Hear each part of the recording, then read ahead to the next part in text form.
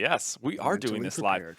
Hello, everyone. Welcome to Learning to Play X-Wing, the miniatures game by AMG 2.0. We are all set and ready to go. We have our ship set up. We have the mat going. We have our asteroids selected. Our lists are ready to go. You'll just notice one thing.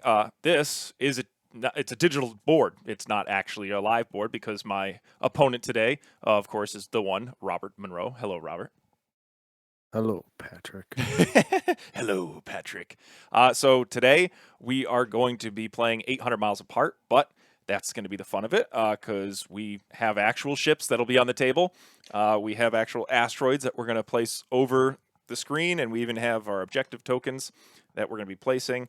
Everything else will be digitized or digital, and it kind of makes the game a little bit easier from our standpoint, and it'll be a lot of fun. So And other than actually, that, for their standpoint, and you're also, because your standpoint. So here's the table right here. And then another tidbit, there are going to be people working on my kitchen, maybe upstairs. This is going to be fun because this is us learning the game because you haven't played in months. I haven't really played except for, some generic scenarios that we've created or playing against the AI. So, I'll tell you, well, actually, you know my history, but I will tell the viewers my history is okay, Robert's going to um, go over his history. I played 1.0 a lot, and um, then 2.0 hit, and I crossed over, and Crossed over uh, like the dead. I crossed over. I went into the light, and I played that, and then uh, with the change that happened with second edition later on when AMG took it over and the rules started changing rapidly and crazily, I got frustrated with the game and I said, I am taking a break. Yep. And I have. And now that the dust has settled and people are starting to play the game again, I realized, and Patrick realized, that I really have no clue about X-Wing anymore, other than, the movements are the same ish, but everything else is different. So Patrick, in his infinite knowledge and generosity, is decided to teach me how to play X-Wing Second Edition AMG rules. Yep. So I that's think what we're that's the going to be best learning. way to describe it because we are still in the second edition and we are now playing under AMG rules. By AMG rule. I love it. No, I said their rules, I, not their rule. I know what you said, but I want But AMG at rule. least it keeps that, kind of making sense in my brain for that. Exactly. And so So, we're going to be going over the rules. We're going to be moving at a slower pace than what's usual because we're going to be going over the steps. Robert's going to have questions. We might pause to look something up. But other than that, I was going to go to TTT and bring up our overlay stream so that I can change the scores here for when we take damage. Perfect. All right. I think we're right. ready. And by the way, I do appreciate my list, by the way, was chosen for me by Patrick Well, using the quick rules or no. the quick. Yeah. So, all right. No? Let me go over that. Okay. So there is the thing called YASB or Yet Another Squadron Builder.app. You can go there and you can actually check off boxes for a collection to what you actually own. And that's the whole reason we're doing it this way. So when you do have your core set and you've decided what faction to buy into, whether it be some rebels or Imperials to expand on what you already have, or if you want to start with what we did, which was Resistance and First Order, you can go into YASB, create an account. Then there's the collection option to where you can actually fill in how many of what you've purchased, and it will then tell the application what cards you have access to and how many. So that when you go to pick a pilot and upgrades, the ones that you don't own will be in red, so you know not to equip those to your ship because you don't own those. And for players that are brand new, starting out, have never played before, there is also a random option or randomized where it will literally create a list for you for the 20 points and equip everything with what you own. So we wanted to know for a player that's never played before, they bought the core set. I bought the Resistance, Robert bought First Order. what packs could we buy, and make lists that could fit the threshold of 20 points, which is how to build a list. And then this is what we were able to make.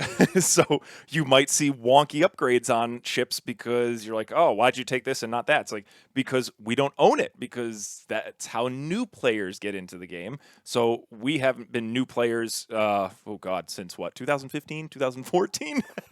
So, Something like that. and it's hard for old players to, uh, say what it's like for a new player, because they don't have to go through that again when the game opens up into new rules and new ships and stuff like that.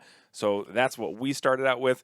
If you were watching this on YouTube later, you can go check out our Getting Started with X-Wing and Learn to Play X-Wing. That's going to take you through multiple steps on how to purchase the game, where to buy stuff, how, some of the basic rules, and how you can start with the core set and just the rules and online as well, and play out a smaller game. We've now expanded to the 20 points for new players, so I'm excited. We're going to play to the rules of AMGs, or Atomic Mass Games. So let's get started. Let's pick a scenario. Okay, well, I have shuffled the scenario cards, Yep. and here we go. I hope it's a good one. Watch it be chance engagement. It's It always. is Assault at the Satellite Ooh, Array. okay. What are the rules for Assault the Satellite Array? Because you have the card. All right, so we will start with the scoring. Yep. At the start of the game, each player earns mission points equal to their opponent's deficit. Oh, Starting on the second round, at the start of the end phase, each player earns 1 mission point for each satellite under their control. got Player it. controls a satellite if they have 1 or more ships at range 0 to 1 of the satellites than any other player. When determining control of a satellite, medium and large base ships count each as 2 ships. When a ship is destroyed or removed from the game, the opposing player earns mission points equal to the squad point value of that ship. Nice. Victory. At the end of the end phase, if only one player has ships remaining in the play area, they win the game immediately. At the end of the end phase, if one player has 20 or more mission points and has more mission points than their opponent, the game ends. At Interesting. the end of the 12th round, the game ends. At the end of the game, if both players have at least one ship remaining in the play area, the player with the most mission points wins. And there Now, you go. here's the scenario rules. Scenario features are objects but cannot be moved, attacked, damaged, locked, or destroyed unless specifically stated in a scenario rule. Yep. Scenario features do not obstruct attacks. Satellite. A satellite is a scenario feature. Yep. Okay. So that's these little doohickeys right here. Again, if you haven't watched our Getting Started with X-Wing, it's these little tokens right here. You can go to Atomic Mass Games and print them out, or you can purchase them. There is the Epic Battles kit that I keep readily handily here. That's this. This has those in them. Yep, they're right there on the box. Or you can go to AMG's website, literally print them out. They're not of correct scale or size, but that's okay if you're just starting out. And then lastly, you can always go to Etsy. There are tons of people that actually design and make these, and they are legal to use in tournament play, and you can use those as stand-ins if you don't want to buy an entire Epic Battles box that you don't plan to use. Is there anything in the core set of second edition that pretty much replicates the size of a satellite array? Yep. There are the actual bases on your ships. So, I mean, you can use a plastic base if you want. That's relatively same size. Or you can actually use the cardboard that comes, or you have to put on your ship of a pilot that you don't use. So when you do get the core set, you get a lot of different pilots. You're not going to be able to field all of them.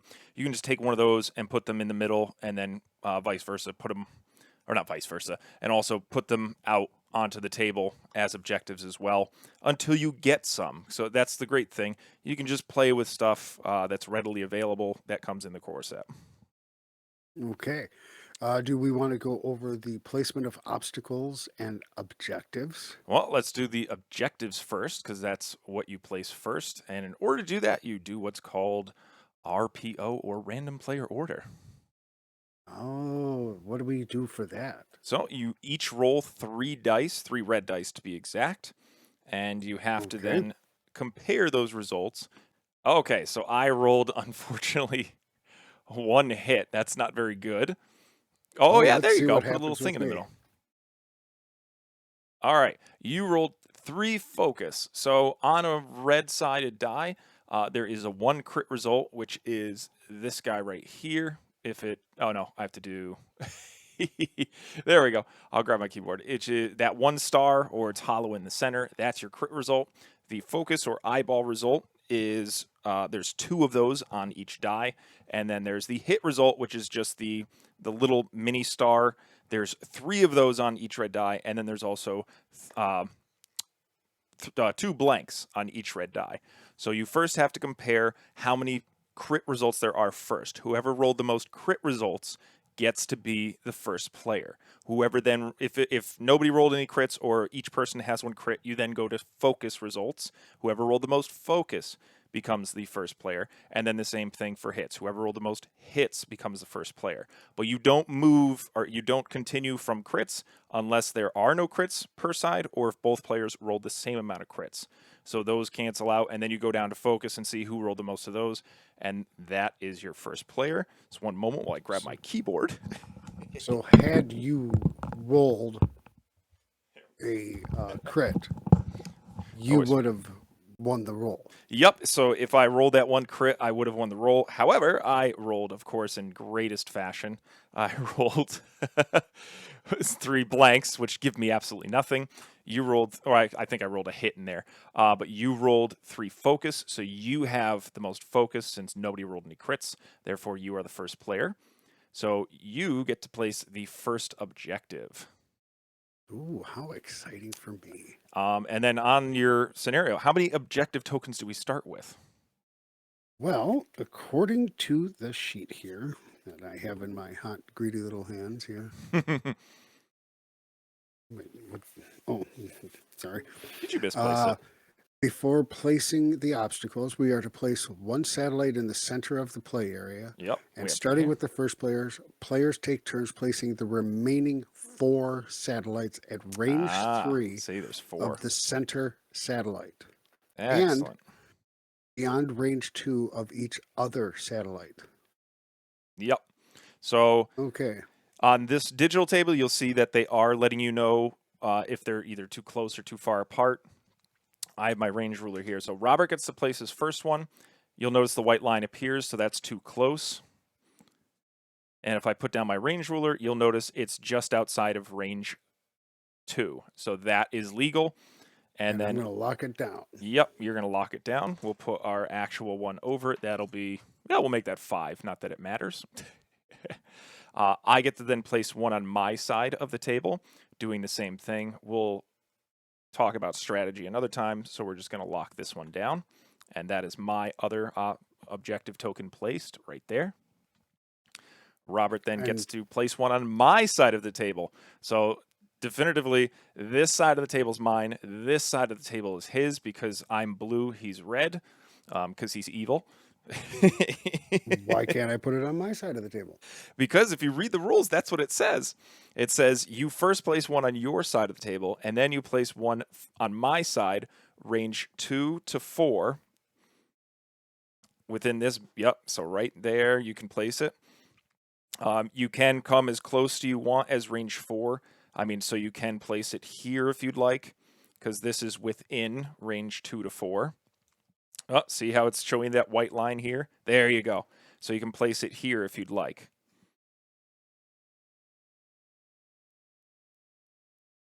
Perfect. And then lock that one in place. We'll put down the physical token. And then you'll notice when I move mine too close, it will trigger its effect because mine has to be outside of range 2 from his. So I have to move mine back until I don't see the lines. And then also I can measure from here, range 1 to 2, or range 3. So I'm just going to place mine here. and lock that down and place it. And Okay, so, so it says here, yep. once all 5 satellites have been placed, Mm-hmm. players place obstacles. Obstacles cannot be placed overlapping a satellite. It doesn't mean that I'm assuming that I could put one right next to it, Yep. So you like can't like place them so. overlapping, but you can literally place it touching one of the objectives. So if you want to block me from being able to come straight at it, you can put a rock right here. And then rocks are placed within this green square here in the center, which is range 2 from your board edge. So these are nicely marked already. So it's just basically this big box. Your objective tokens can go outside that box as long as it's still range 3 of the center token. So now we can start placing rocks. So you get to place the first rock. And of course, I think he's going to take the big one. He always takes the big one. I like the big one. The tumor. It's not a tumor. It's not. It's not a tumor. All right, so he wants to block me from going that way. And just to let you know, you can rotate your objective tokens. They don't have to be, perpendicular or parallel. Even the center one, you can rotate it if you'd like. And same thing with the rocks. They are double-sided. You can rotate them, put them any way you want. You can fit them in a corner perfectly to where it's range 2. You can just be outside of range 2. And like Robert just did, he put his about range 1 from the center objective. Oh, looks like the gentlemen are here to start working on my kitchen. Excellent. So we're going to put this rock right here. That's the wrong rock. Let me lock this in place and be right there. All right, and then before we start, I'll go say hello to them. All right, you get to place the next rock.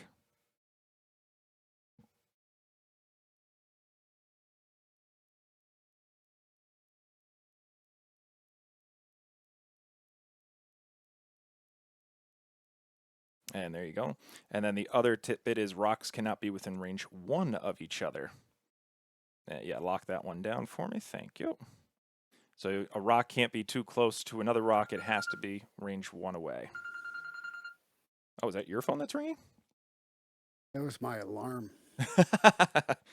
Take your pills, Robert. All right, so we're going to put my other rock right here. That's set in place and done. And you get to place one more, and I get to place one more. Oh, it looks like we already have... oh, there's Mitz. There he is. Yes, this is a 75-inch TV table that I've built into a frame. That way I can play an actual life-size board there virtually. Yeah, he doesn't like 2.5, but we did as we said we would take a break. What did he say? Well, you don't like 2.5, but that's okay. We took a break for a few months, and you're going to give it another shot. I'm going to give it another shot. I'm going to give it an honest shot, too. Yeah, because that was the thing. For those of you who are new to this game, this is another version of the game that's come out since its inception.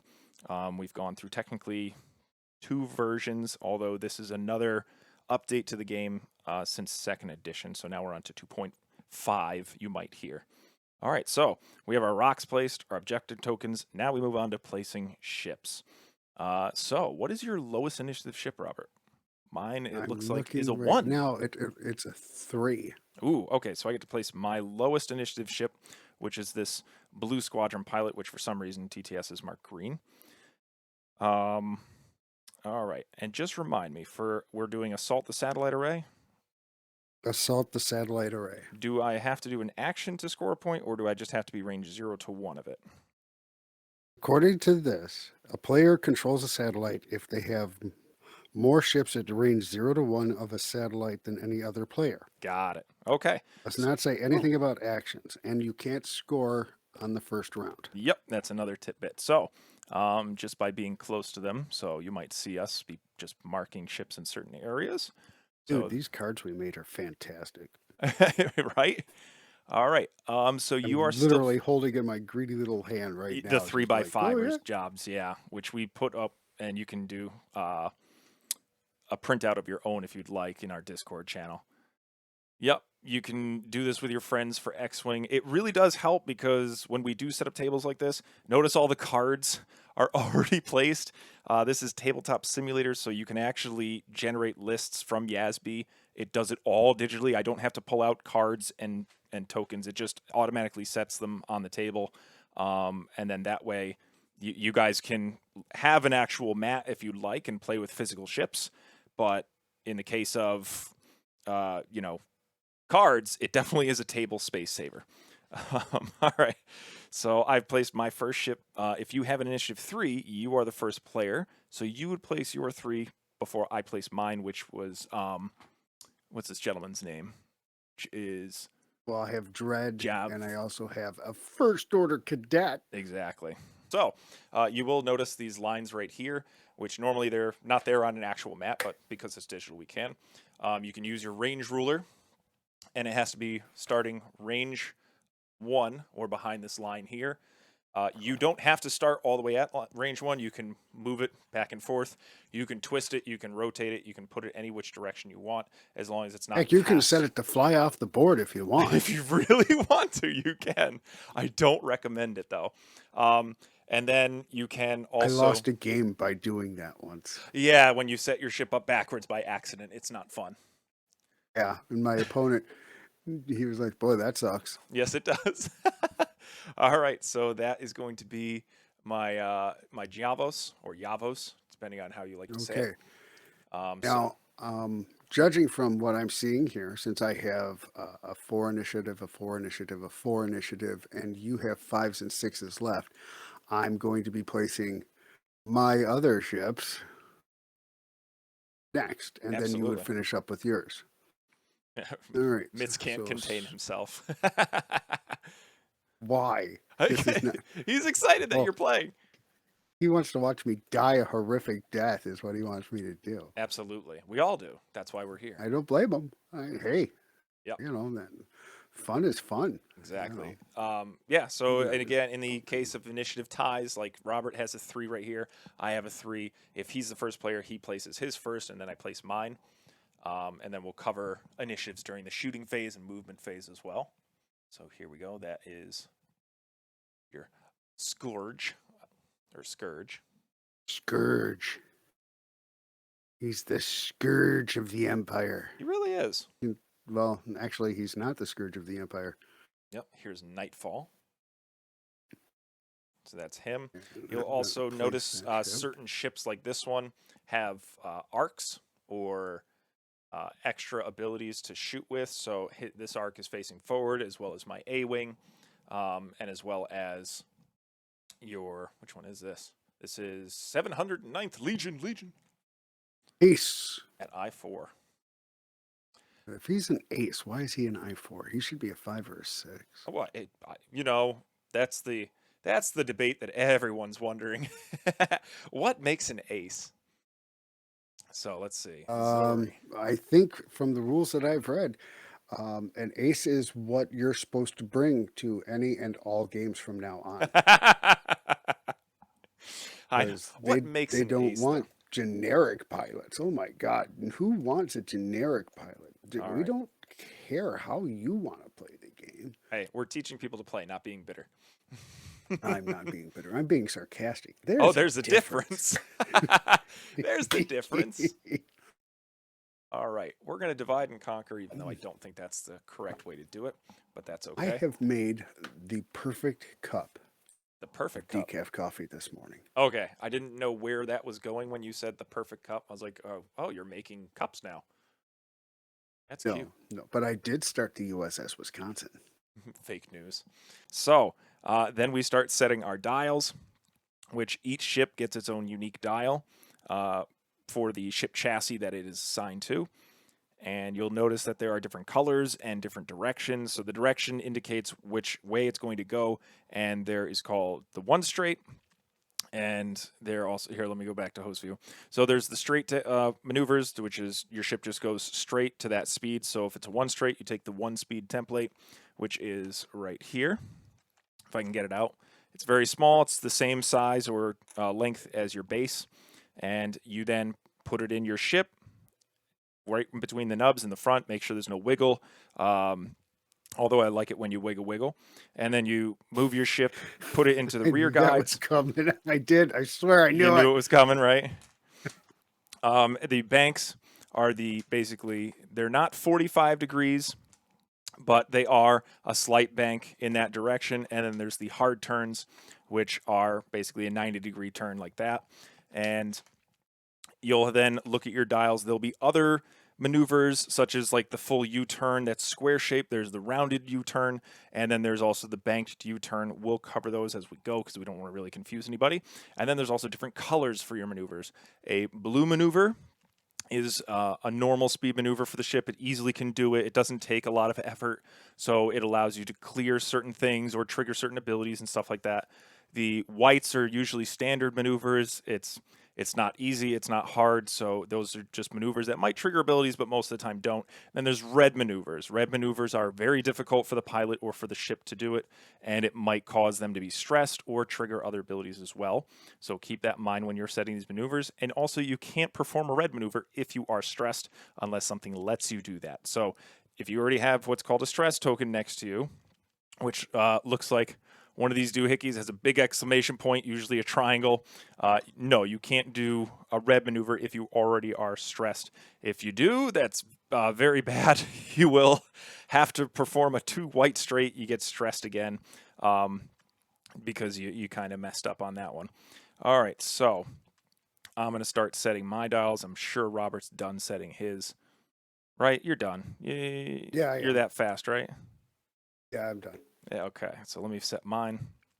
And you also have to keep track of Normally, your rounds as well. normally, as everybody will attest to who's ever seen me play this game, it usually takes me a little bit longer. Exactly. But we're learning today. This is the slow burn.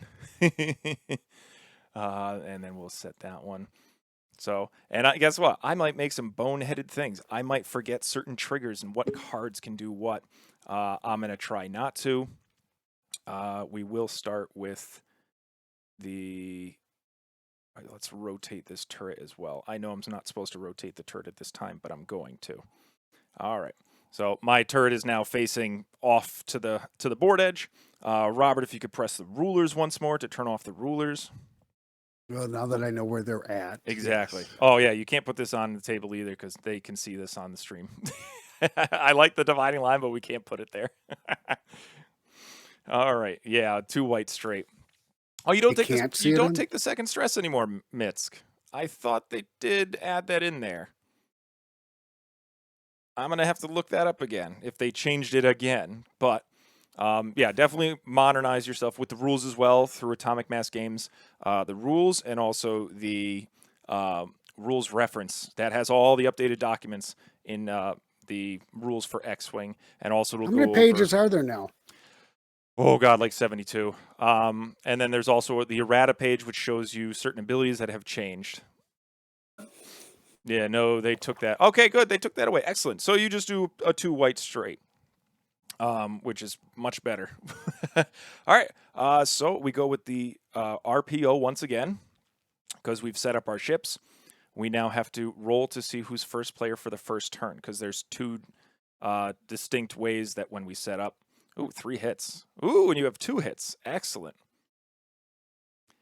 You set up staggering the first player, and then once the game is all set up and your ships are here, now we roll again to see who's first player, which in this case, I have the advantage. That way, each player can set up, look at the board, and then they roll for first player, and they have to keep that in mind rather than, okay, I know Robert's going to be first, he's going to have the advantage. It's now we set up, we don't know who has the advantage first turn. All right, so I'm going to activate. This is the systems phase that we start with, even on the first turn. So we would ask each other, do you have any things that trigger during the systems phase? And Not at this time for me. exactly. We do, but we don't want to activate anything at this current moment. You can always review your cards again. Like, my Poe Dameron has a bunch of stuff. My what is it? Zori has bombs, which drop during the systems phase, but I'm not going to be using them this turn. And then I look at, Predator. So I have nothing that starts during the systems phase except for my bombs. I'm going to say I'm all set because I'm the first player. I get to And, choose my stuff during initiative order, and then Robert gets to as well. But and we're I'm just not going to. exactly. We're just going to move our blue squadron pilot. He did a 3 straight. And then we are just going to take a classic focus, which is, It's the classic. yep, It's the gift that keeps which on is giving, one of these Clark. little green tokens here. These are our custom tokens. These are 2-inch jobbers, so that way you can really see them on the table.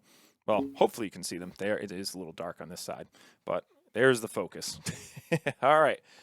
Then it goes over to initiative 3s, which I believe I have the initiative 3 because you You have have the initiative of the initiative. exactly. Well, I better take the initiative to, move my initiatives.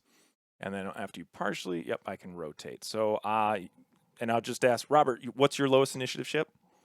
3. Excellent. So I know that for a fact. My A wing's going to perform a 3 straight, and then also it's going to take a focus. You'll see a theme here. There we go. Takes another focus. This one you Now should be able my to see. 3s There will you go. go There's my next. big focus. Yes, a ship is stressed while it has at least 1 stress token. A stress ship cannot execute a red maneuver or perform actions. The stress token is a red token. A ship receives 1 stress while it executes a red maneuver or after it performs a red action. Additionally, a ship removes 1 stress token while it executes a blue maneuver. If a stress ship attempts to execute a red maneuver, it instead executes a 2 white maneuver. After a stress ship reveals a red maneuver, abilities that change the maneuver can be used. After resolving these abilities, if the ship would still execute a red maneuver, it executes a white 2 straight. Huge. Oh, I love they included. Huge ships have additional rules. They don't care about stress. All right. Thank you for that one, Mitsk. Excellent. All right, go ahead, Robert. Move your first ship there. Ooh, you even put down the template for me. I don't know why. Oh, it's one of the things. I can delete that, though. That's no problem. Yeah. Delete. Go ahead. All right, and you took a nice focus as well. Excellent. We'll put that right in front. And then your next initiative 3, if you have one. Wait. Oh, yep. Pardon me. I will pardon you. And he is also going to. I know this is a hard one. Oh, he's going to take a focus as well. So that is Dread taking a solid Mhm. focus, the biggest of focus. Oh wait, Now I'm giving you my good green ones. You're the evil. You're supposed to have the evil focus. There you go. You Yeah, have the evil whatever. focus tokens. Now Scorch is a 4. Yep. So my next one's a So 5. So now it goes over to your 4s if there are any, which which you will do. be Scorch, Nightfall, and then I have a 5, I think. Yep. No, I also have a I 5. have 3 4s. Oh, I okay. have So 3 you have 3 4s. 4s.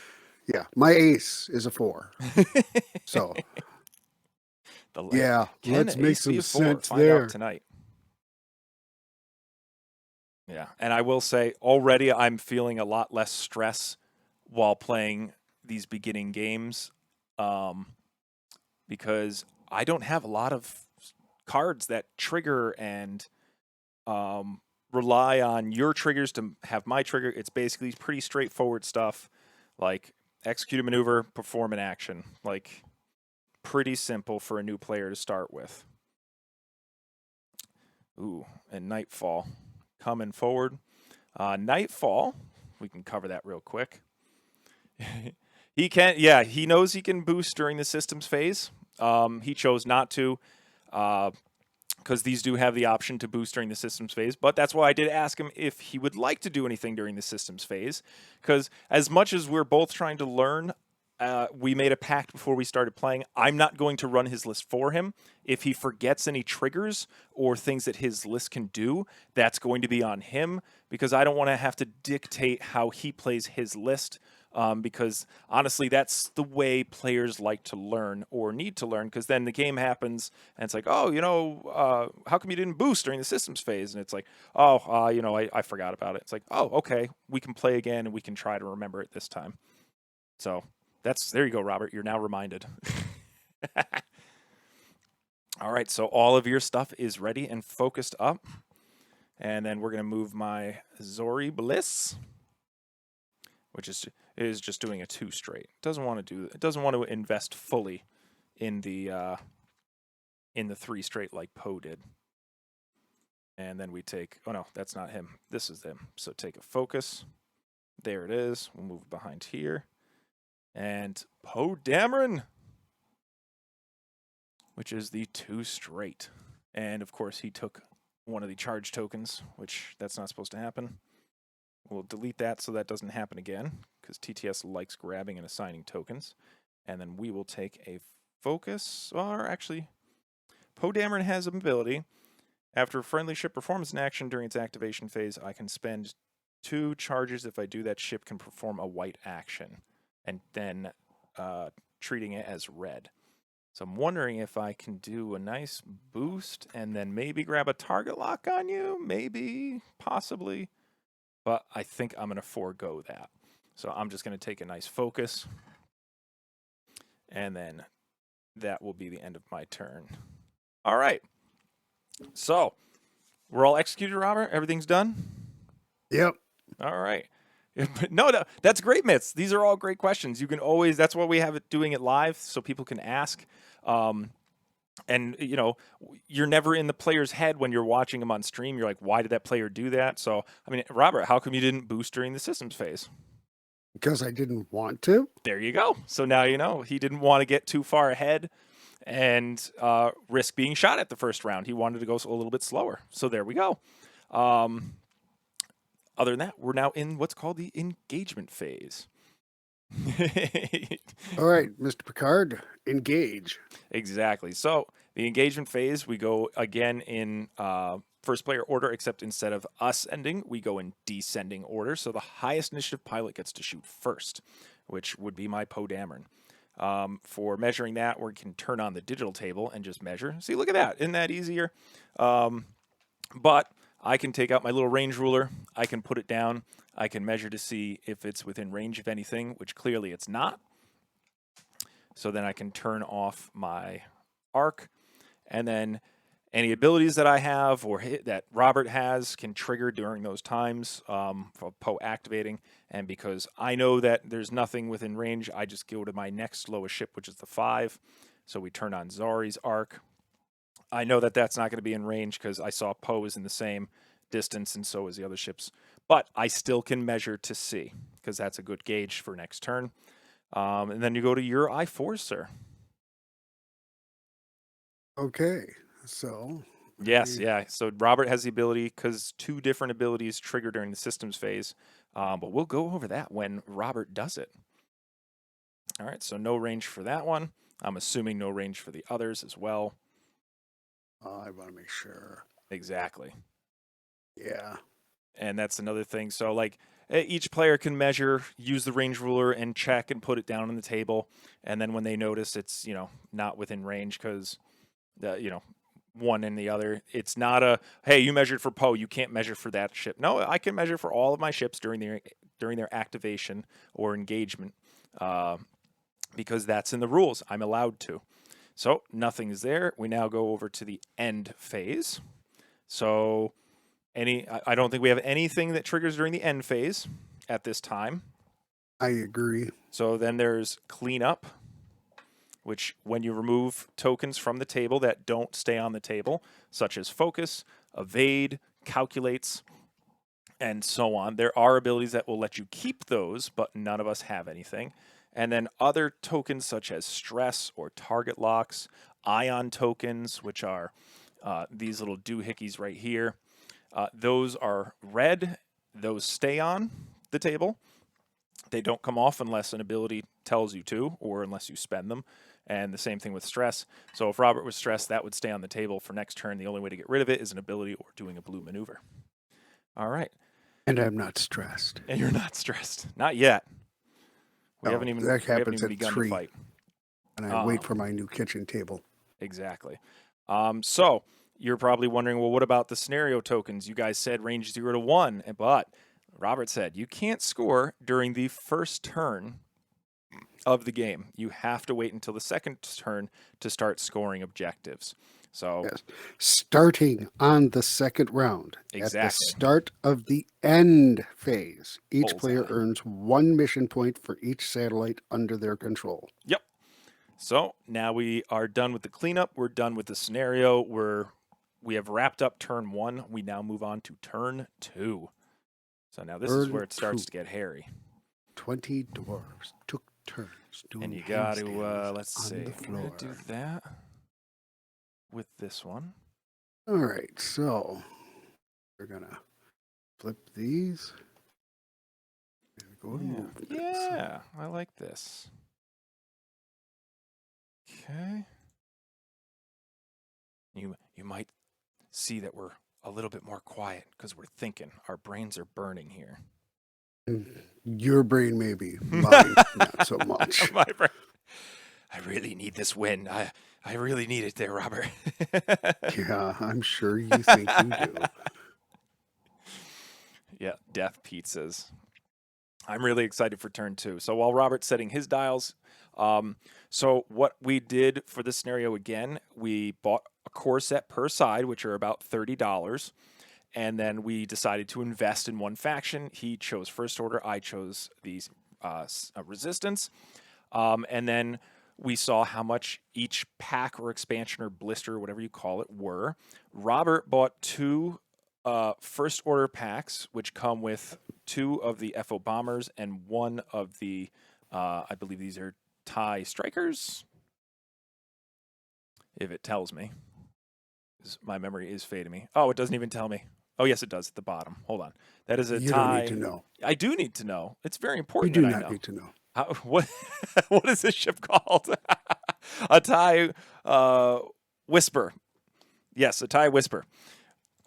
So it comes with a TIE Whisper. So he bought 2 of those packs, which each of those packs are around $45 to $50. So he bought 2 of those, and he got 6 ships out of it. He only ended up using 5, which is perfectly fine, because I believe each one of his ships is worth 4 points each. I bought a Y-Wing pack, and I believe Heralds of Hope. I'm probably wrong in that, but basically there's one pack that comes with the T-70 and then also the Y-Wings. So I was able to scrounge a list together with that, and that cost me, I believe, around the $100 mark as well, because it's the same thing. Comes with, I believe, 2 A-Wings and a T-70, while the Y-Wing pack comes with 2 Y-Wings. I think I came in $90 or something like that, which also is why you don't see Heroic on the table, because it doesn't come in either of those packs. But look at what we're able to field immediately after buying those packs. I'm able to field 4 really good ships. Robert has 5 amazing ships for the First Order, and it only costs us around $130 to get into. I'm not going to say super competitive, but something that you could literally put on the table and start really enjoying the game in its fullest. So that's what we're going to start doing. First, we bought the packs, and we're going to be having the system build lists for us. Then we're going to start probably building lists ourselves, or trying to, with different factions. And then we're probably going to be reaching out to the community to send us some really good stuff on what they were able to make, so that we can start looking towards more competitive aspects and stuff like that. All right. Are your dials set, sir? Yes, they are. All right. So again, all I'm going to ask is systems phase. We Nope, are not systems phase. I will not. It is systems phase. Well, we have to roll for first order, or first order. Oh, Yeah, we have to roll for the first order. I Robert. win. I'm first order. Exactly. For first player. Oh man. Roll for first player. Oh, okay. So Okay, you got it. yep, I have 2 focuses. You have 1, so my hit doesn't even matter. But I have first player, and then it goes to systems phase. I have bombs, but I'm not going to drop them, because bombs get dropped behind me, and there's nothing back here for me. It wouldn't help me. There's nothing there for me. There's nothing there. There's no there. But Robert has some skills that he can use, which I'm not going to tell him what to do, but I'm just going to cover it for people. So like on Dread, I could choose to perform a boost action. Yep. And that's on Dread. I could also do that on the First Order Cadet if I so choose to. I could also use that on Scorch Yes. if I so choose to. I don't so choose to.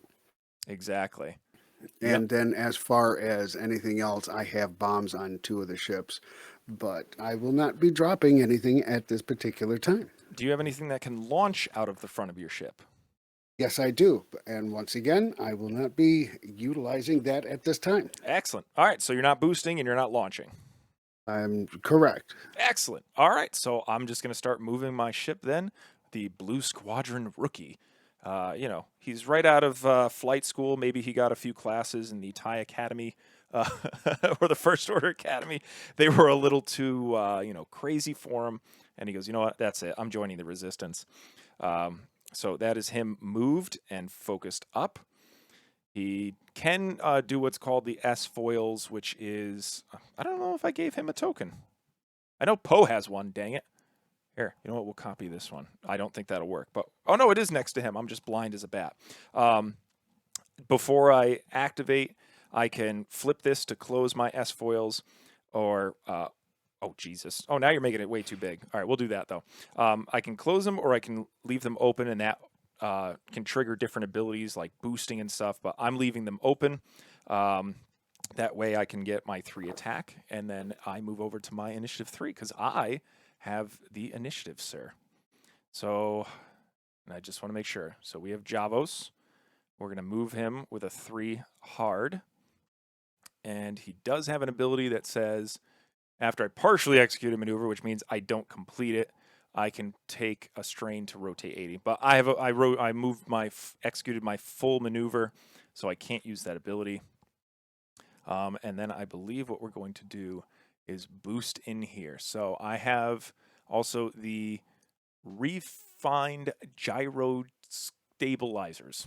I can rotate Blah, my arc. blah, blah, blah. Exactly. I can rotate my arc to my front or my back after I perform an action. I'm not going to do that, but I will perform a focus action as default. And then it says after I perform that action, I may perform a boost action, treating it as red. So I'm going to boost to the left, which is basically a 1 maneuvers template, or I can do a straight or a bank. In this case, I took my bank maneuver, I put it here, and then I executed it as if it was a maneuver. However, it's not a maneuver. If I try to boost and there's something in my way, like a ship or an obstacle, I can't complete that maneuver. I then stay where I am. I still get the stress even though I failed that action. So then you assign 1 stress to them. And don't worry, I'll put these out there for you guys so that you can see them. So there's the focus, there's the stress.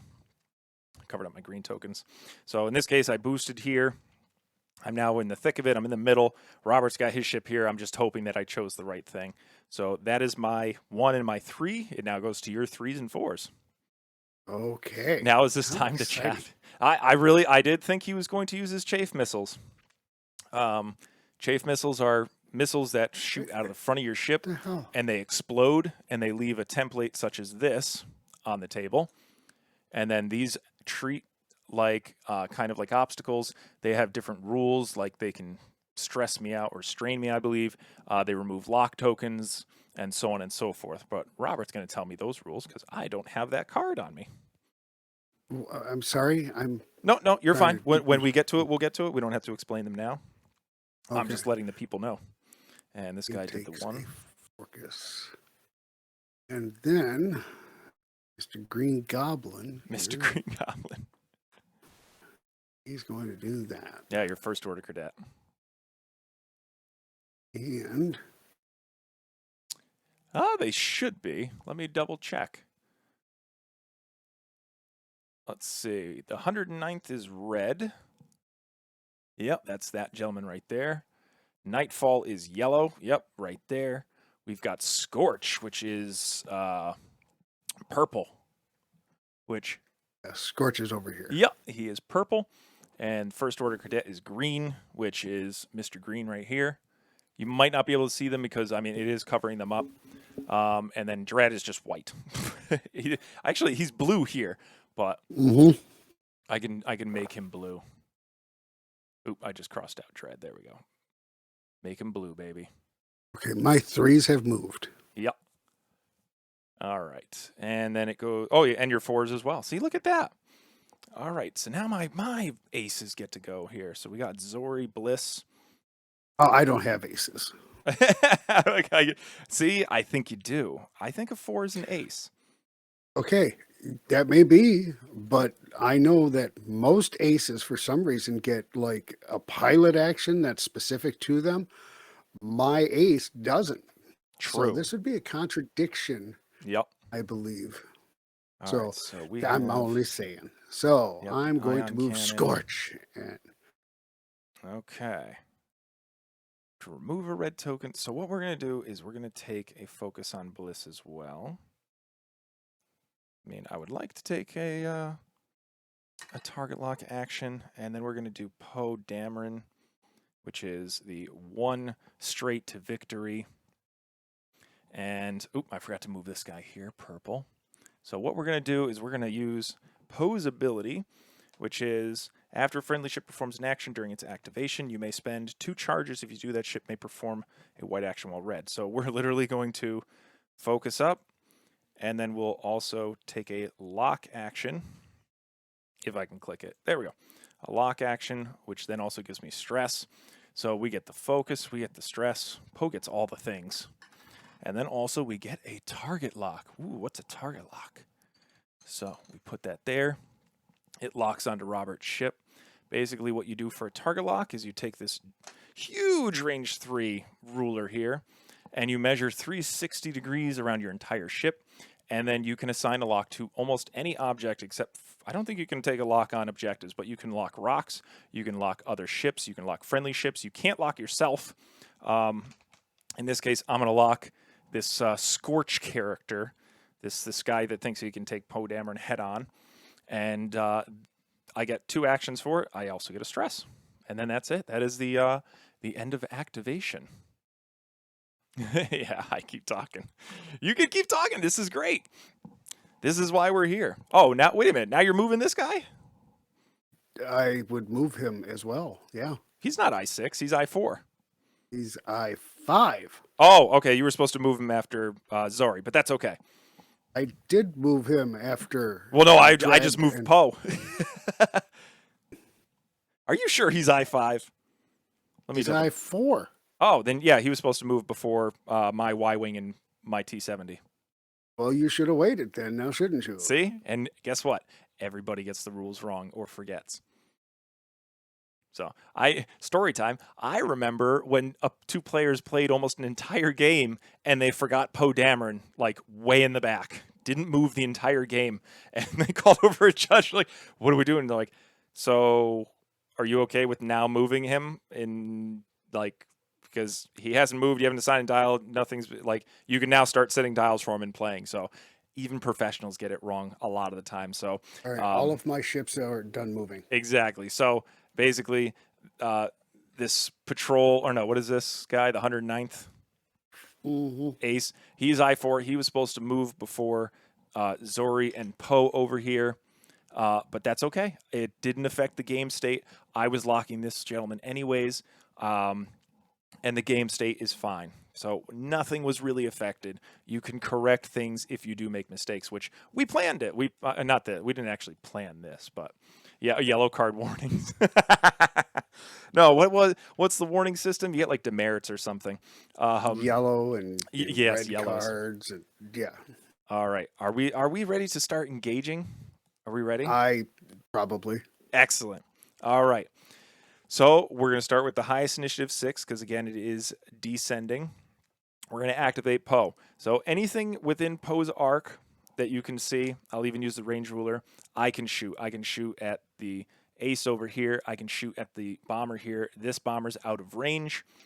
And then you can go over what you have equipped. So with Poe, I mean, I have afterburners. I could have boosted if I wanted to after I moved, but I had to have done a 3 or 4 straight to do that. So that didn't trigger. So then I go over ion torpedoes.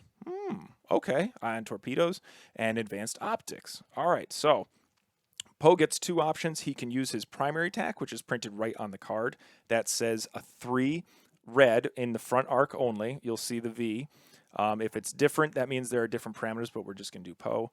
And then I have a secondary weapon or an ordnance, which is ion torpedoes. You can kind of see it down here. You can see it. Here it is. So this is ion torpedoes. Attack, it requires a target lock on a ship that I'm shooting, which I do. I have one on Scorch. I have to spend a charge, which there are 2 to start. If it hits, I spend one hit or crit result to cause the defender to suffer one hit damage. All remaining hits and crits are then ion tokens instead. And ion tokens means that, the ship is basically on, electrified and can't do what it normally does. It has to execute a one forward instead of setting a dial, and it can only perform focuses. So what I do is, you can barely see it here. You flip one of your charges if you're choosing to use it, which I am. You then grab the number of attack dice, which is 4. You also have to make sure that the range is correct. You have to satisfy that condition, which the ion torpedo requires the target to be range 2 to 3, which we already know it is. It's at range 3 right here. So we've met all the conditions. Now we roll some dice. I get to modify my defense or my offensive dice first. So here we go. I get 4. I roll them. Excellent. So it's 1 hit and 3 focus. Now I have a target lock. I can reroll any of my dice if I want to. I'm not going to. I'm going to leave the lock there, but then I can use my focus here, which means I can modify any and all dice from focus to hits. So I remove this focus, showing that I spent it. I now show 4 hits on the table. If Robert had anything to modify my dice, he would have had to have done that before I modified mine. And then he rolls his defense, which is the green number on your card. For this, it's So 2. I take 1 damage onto Scorch, which is a shield. Yes. And then I have to apply 3 ion tokens Yep. to this. 3 ions. Not that 3 does anything to Scorch per se. So basically, the other thing is, if I used a primary attack, he would have gotten an additional die because it's at range 3 to defend with. It's harder to hit things at range 3. But I didn't. Exactly. I used an ordnance, which negates that range bonus for you. So you roll your base on the card. If you rolled any focus, you would have been able to modify those as well, but you rolled 2 blanks. Of course, with your luck, of course you did. And then you assign ion tokens. In order for a ship to be ionized, that is small, or this size right here, because there are medium and large bases. It's 1 ionized for a small, ionizes that ship. For a medium, it's 2. For a large, it's 3 ion. So because he has 3, it doesn't really matter. He is ionized regardless of how many are on him. But there are abilities that can shake ion tokens, so it does matter if he shakes one of them but still has 2 remaining. He's still ionized. Yeah, all right. Once I perform a blue maneuver, they disappear. Yep, a blue 1 forward, correct. All right, now we're going to activate my I-5 because I have the next I. I also have 2 weapons on this. I have my primary here, which is range 1 to 3, and then I have a secondary attack, which is only range, I think it'll turn it on? Yes, which is only range 1 to 2 because it's an ion turret. So I do have Nightfall within range here at range 2. So I can choose one of those weapons to use. I think in this case I'm going to use the ion turret, which it's supposed to turn it off, but it isn't. There we go. My ion turret is 3 attack dice. So I'm going to roll my 3. Oh, I'm using the wrong button. There we go. All right, so I rolled a focus, a hit, and a crit. I will spend my focus as well here to get hit, crit on Nightfall. All right, so you, how many defense dice does Nightfall have? Normally 2, but at range 3. Does it really only have 2? It really only has 2. Yeah. I thought these things had more. Nope. Okay. So yeah, roll 2 defense dice, sir. 3. Oh, how come 3? Isn't that a range 3 shot? No, I'm shooting at Nightfall, which is your yellow ship. Okay. Which is this gentleman right here. Oh no, that's 7th. Who is that? Who's yellow? Yeah, that is Nightfall. It's Nightfall. Okay, yeah, that is Nightfall. So that was at range 2. So you only roll 2 dice. I'm going to take hit, crit on Nightfall. Okay, so that was an ion weapon. So that's treated exactly the same as an ion torpedo. So you suffer 1 damage, and then you receive a ion for each hit and crit that was not canceled. All right, so that's 2. Yep, so you lost shields, and then... Oh, I'm glad I grabbed so many ion I lost tokens. a shield. Yes. And I got 2 ions. Yep. Okay. So now your I4s get to shoot, and you, because you have multiple I4s, you can activate them in any order you would like. So you don't have to activate one over the other. If you have multiple of the same initiative, you can activate as many as you'd like in that order, or not as many as you like. You can activate them in any order you'd like.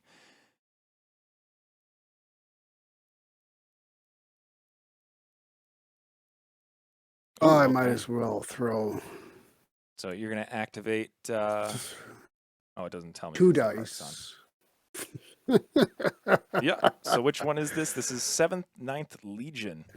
Yeah, I'm gonna roll 2 dice against your probably 23 Yeah, what is defense 7th? dice. Seta has Deadeye.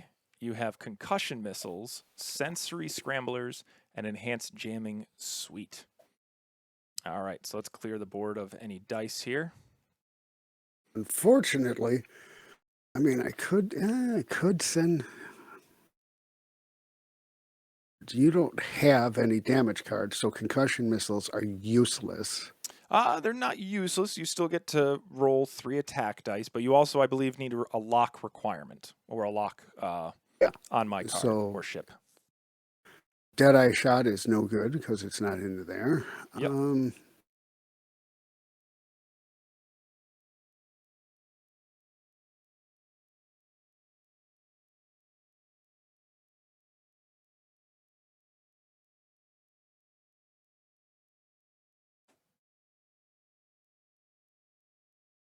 Okay, so I'm going to throw 2 dice at Poe Dameron so he Okay. can evade those. So you roll 2 dice. I roll 3. Okay, 2 focus. Oh yeah, I'll use my focus Okay, token. so you do have a focus, which I forgot to put one there and there. But you spend your focus, so it's now 2 hits. I get to roll 3 dice because you used your primary, and it's at range 3. Okay, so I rolled. Naturally. Well, no, I rolled 1 evade and 1 focus. The focus doesn't help me because I have no way to modify it, so I only dodge 1 of those attacks, and I take 1 shield. Okay, so camera cut out. Robert rolled 2 attack dice from where to where? From Scorch to Poe. All right, and that was range 3. Yep, so get your 3 dice out. My beautiful 3 dice. All right. So you've, again, 2 hits. You're doing super well.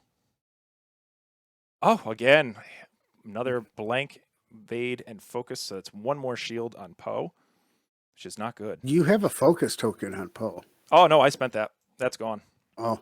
I spent that to do the damage against your ship there. All right, so. And then Poe. we'll do over here. I don't know what Poe has. Let's see. Poe is down 2 shields. Oh, wow, 7. The sky is falling. Absolutely. All right, so I have another 4. Let's see the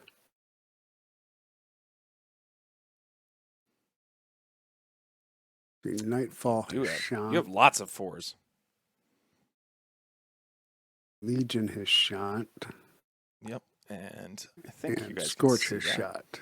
Yes, actually, you guys can. So, if you look at the board, the Nightfall and also the TIE Whispers, they have 2 different options. They have this Bullseye arc that's 3 attack, and a Mobile arc that is a 2 attack. So rather than Poe that has the arc on his indicator, this ship can fire out of the front as long as the arc is pointed that way, or it can rotate it backwards and fire out of the back. And then when you do turn on the arc, it'll show the bullseye, which is basically your range ruler. Right down the middle, it'll be marked on the actual ship's base.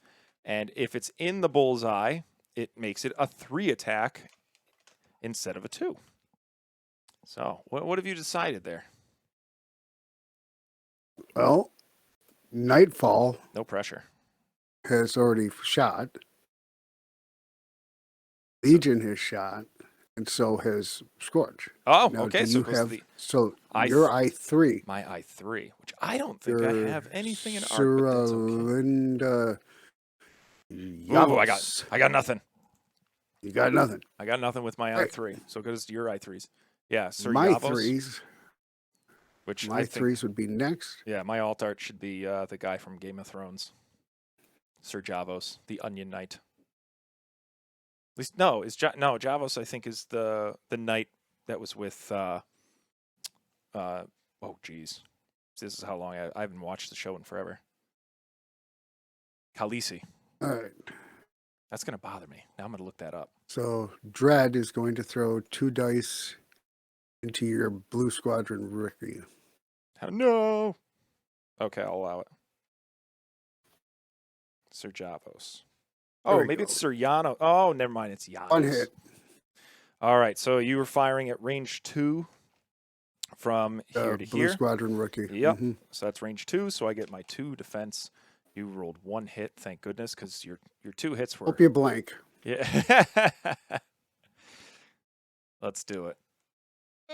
Not there today. it is. 1 evade. So Natties, of course. This pilot knows all of your tricks. Okay. So we've already shot with then that. Go to your other I3, which is way my over first here. order cadet is going to shoot at Yavos. My Yavo, or my, yeah, Yavos. Huevos. And first order range cadet 3. Oh, no, I knocked over my ship. The board state. It's fixed. has Yeah, so you have DT 798. okay, so range. You can choose a friendly ship in your arc. If you do, that ship gains a strain. While you perform an attack, you may reroll 1 die for each ship in the attack arc with 1 or more strain tokens.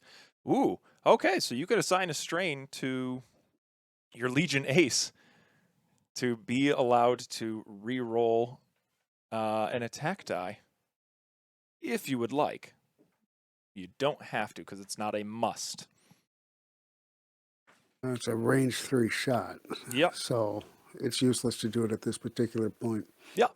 So I would get 3 for my base, plus it is a range 3, so I would get 4 defense dice, and I already have a focus to modify it. Yep. So this one will miss. 2 hits, though.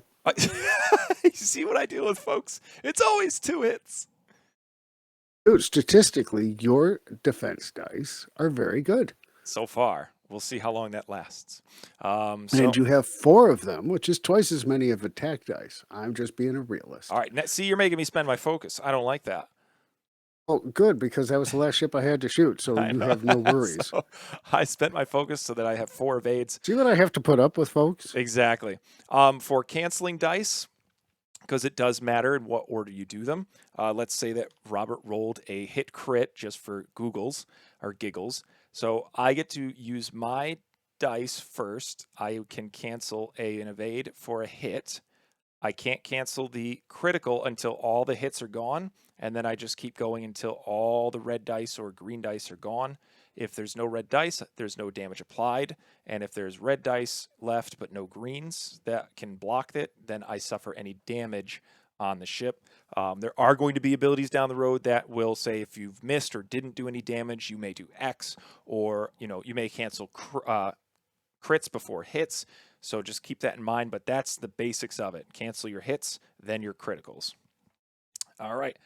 So now it goes over to my I1. Ooh, baby. Ooh, baby. I've been waiting for this shot all second turn. So we turn on the arc. This is those circumstances to where I have 2 targets. I can shoot at Dread or Nightfall. Nightfall is at range 1, which is 1 distance away, which is one of these little doohickeys right here. That's range 1. It's the same as range 1 on your range 3 ruler that you get in the box. So it's marked by the 1 line there. And for being range 1, I get an extra attack die. I get what's called a range bonus.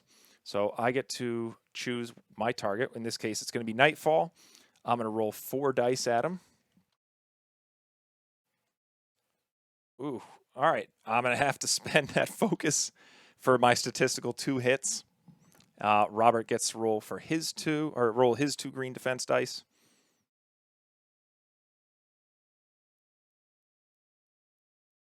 And, ooh, okay, 1 evade, so Nightfall takes 1 more damage.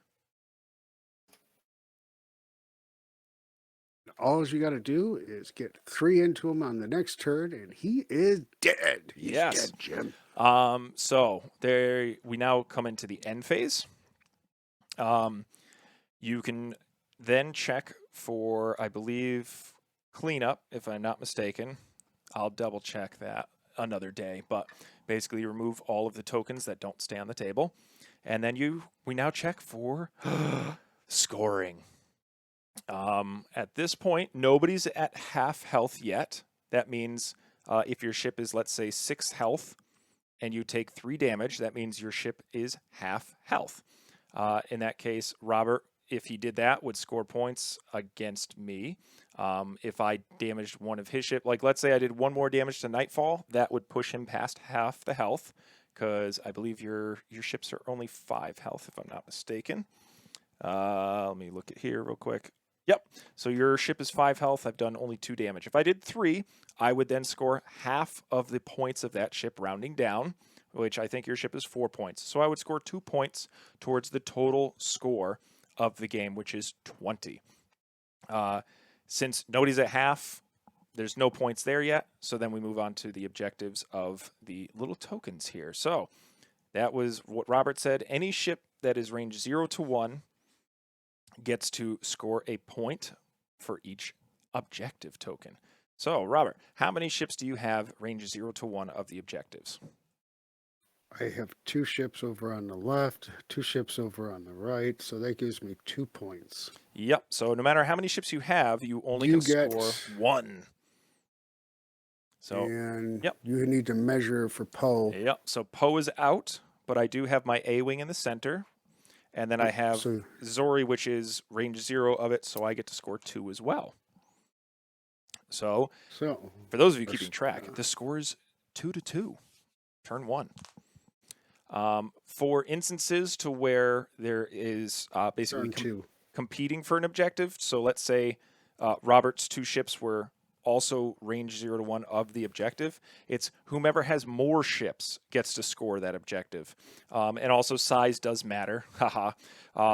For medium base and large base, they count as basically 2 ships. So if a medium base is range 0 to 1 of an objective, while your opponent only has a small base ship near it, I get to score that 1 point.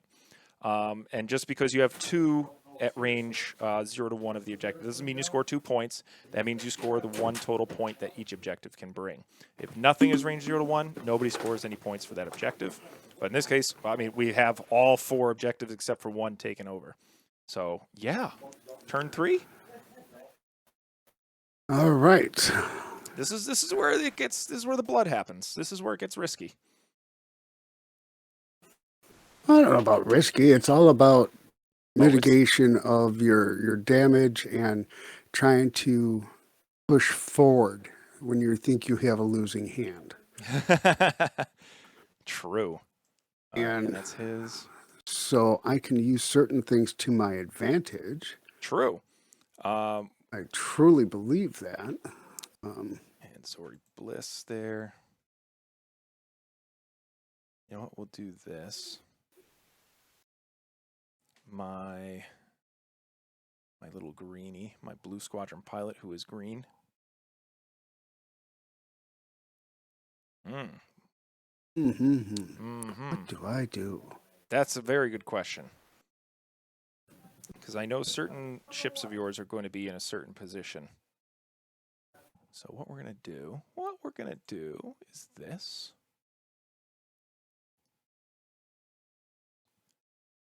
And then, oh, my gorgeous A-wing there. You know what? We'll do that. All right. And then just for Robert's sake. So when a ship is ionized, like Nightfall and Scorch are, you have to, you don't assign a dial. You perform a 1 blue straight when it is your initiative to move, and the only actions you can perform for that turn is a focus. So the systems phase boost, that can't be done. I believe they did change it. Mitsko, correct me. That you can still drop a bomb because it is during the systems phase, doesn't need a dial, but you can't perform boosts. You can't do a target lock. You can only perform a focus action. If there are abilities that remove the token before you activate, you make sure you set what's called a secret dial. So no matter what, always set your dial. And I'll even come over to here. Because there are ways for reasons. Yeah, there's ways to remove ion tokens from a ship or even pass them off to another. And there are instances to where an enemy might remove an ion token from you for a bonus. And if you don't have a dial set, that's problems, and you might execute the two blue or the two white straight, and you're stuck doing that maneuver. Which, timing wise, I don't want to confuse anybody, but there are timing windows for these things. And there are really specific rules for ion tokens because it's while you activate, if you're ionized, you can't do anything but a focus. If this for some reason comes off of you before you activate, that will unlock your dial, that will unlock actions that you can do, and so on and so forth. But just keep that in mind. But you really shouldn't have to worry about it unless you buy a pilot that can do things like that. So just a word of the wise. For now, we know Robert's doing the one forward blue maneuver and can then only perform focus. All right. Are your dials set, sir? Yes, they are. Excellent. Let's roll for first or first. Damn it. I did it again. First player. We'll roll for the first order. Technically, we are. Oh, your dice are all over the map. My fault. I got a crit, though. Oh, I had a hit. Pardon me. Okay, I so just zoom in. I have the Advantage again. first player. All right. Yep. So we move into three turns, 3 advantages to Patrick. Exactly. So we're going to move into the systems phase. I would love to drop a concussion bomb, but I don't think that's going to do anything for me. So in that case, we will go while I perform an attack. Yeah, I'm not going to do that. All right, so I think that's going to be it for me. So I'm just going to say, go ahead, Robert. Anything that you want to do during the systems phase, because I got nothing.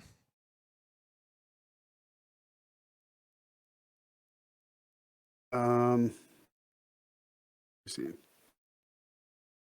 Yeah, sure. Yeah, sure. I'm going to launch Don't this be too electric excited. chafe thing. Let's see. Let's drop a bomb. I'll put that there. Oh, so many people followed us days ago. Thank you, followers, even Drop though we weren't bomb. live. Yeah. And if you're new to this game and you're watching us, please don't hesitate to ask a question. I experienced this during playing. Did we play it right? We even have it to where, oh, geez, you nailed me. All right. Yeah. See, this is the benefit of playing in a digital world. So that is what's called a chafe cloud. But yeah, if you have any questions, there's always the Atomic Mass Games forum. You can just Google search it. That literally has an entire database of questions from players that are answered by the developers and top judges in the world. So if you ever have a question about timing, they answer it there. So when do I get to remove the fuse token? Because I want it to hit you now. Oh, no, it's hitting me now. That's happening. So Robert used a chafe cloud, which it not executes, but it launches instead of dropping like a bomb out of his front at a 4 straight. In this case, it landed on me, or I'm overlapping it now. So do you have the rules handy for that one, Robert, since it is your card? Yeah, it says drop it at a 3 bank, left or right, or 4 straight, then place fuse marker on it, and it can't be recovered. Okay, and let me then pull it up, because I know that we have an actual card that we sell. Oh, this is a missile. Where am I going? I'd have to go grab it. Why don't you hold on a second? No, I can pull it up right here. Okay, so for overlapping this bad boy, it's during the end phase, remove each electric chafe cloud with no fuse markers. This one has one. Then remove 1 fuse marker from each electric cloud. Electric chafe cloud can never have more than 1 fuse token. So fuse tokens allow it to remain on the board for an additional turn, which is really good. And then Yasby doesn't tell us what else it does. So yeah, you're going to have to grab the card to tell me what the rules are for the chafe cloud. Because I know what if I have any locks on. I'm going. It breaks all the locks. I believe it assigns me a either a strain token or a stress token. That's what Robert's going to have to look up, because we do make cards that have all the rules on it, because when you do look at the card itself, it doesn't have the rules printed on it, which can be a little frustrating. And even in Yasby, it doesn't have all the rules for it. While a ship is at range 0 of the electro chafe cloud, it cannot be locked or jammed. After a ship moves through or overlaps an electro chafe cloud, it skips its perform action step. Then it gains 1 jam token and breaks all locks on it. Okay. While a ship defends, if the attack is obstructed by an Electro Chafe Cloud, it rolls 1 additional defense die. An Exactly. Electro Chafe Cloud is an obstacle. During the end phase, remove each Electro Chafe Cloud with no fuse markers. Then remove the fuse marker from each Electro Chafe Cloud. Yep. So I am jammed, which means I can't perform any actions. And then if I had a token on me, such as a focus, evade, or target lock, it would remove that and then remove the jam token. So basically it means I can't do anything this turn when it comes to actions. So you nailed me. You got me. Did you have any more, or did you want to launch any further? Well, considering he is a bomber, but I can't launch bombs. Yeah, right. Okay. And you only can launch one or drop one object, or not object, Yeah, I already device. flipped the card over here on my side, if you Yep. notice, and I flipped over the charge token. It Exactly. does Yeah. cost you, so Yes. I will not make the mistake of accidentally trying to do that again. Well, yeah, I think once is enough for me. But you then, because there are charge tokens on the table right here to show how many times you can use them. That card only has one, so he's spent it. It's no longer usable. And also, even on the card itself, it says this charge cannot be recovered. So there's nothing that can make it happen again. Right.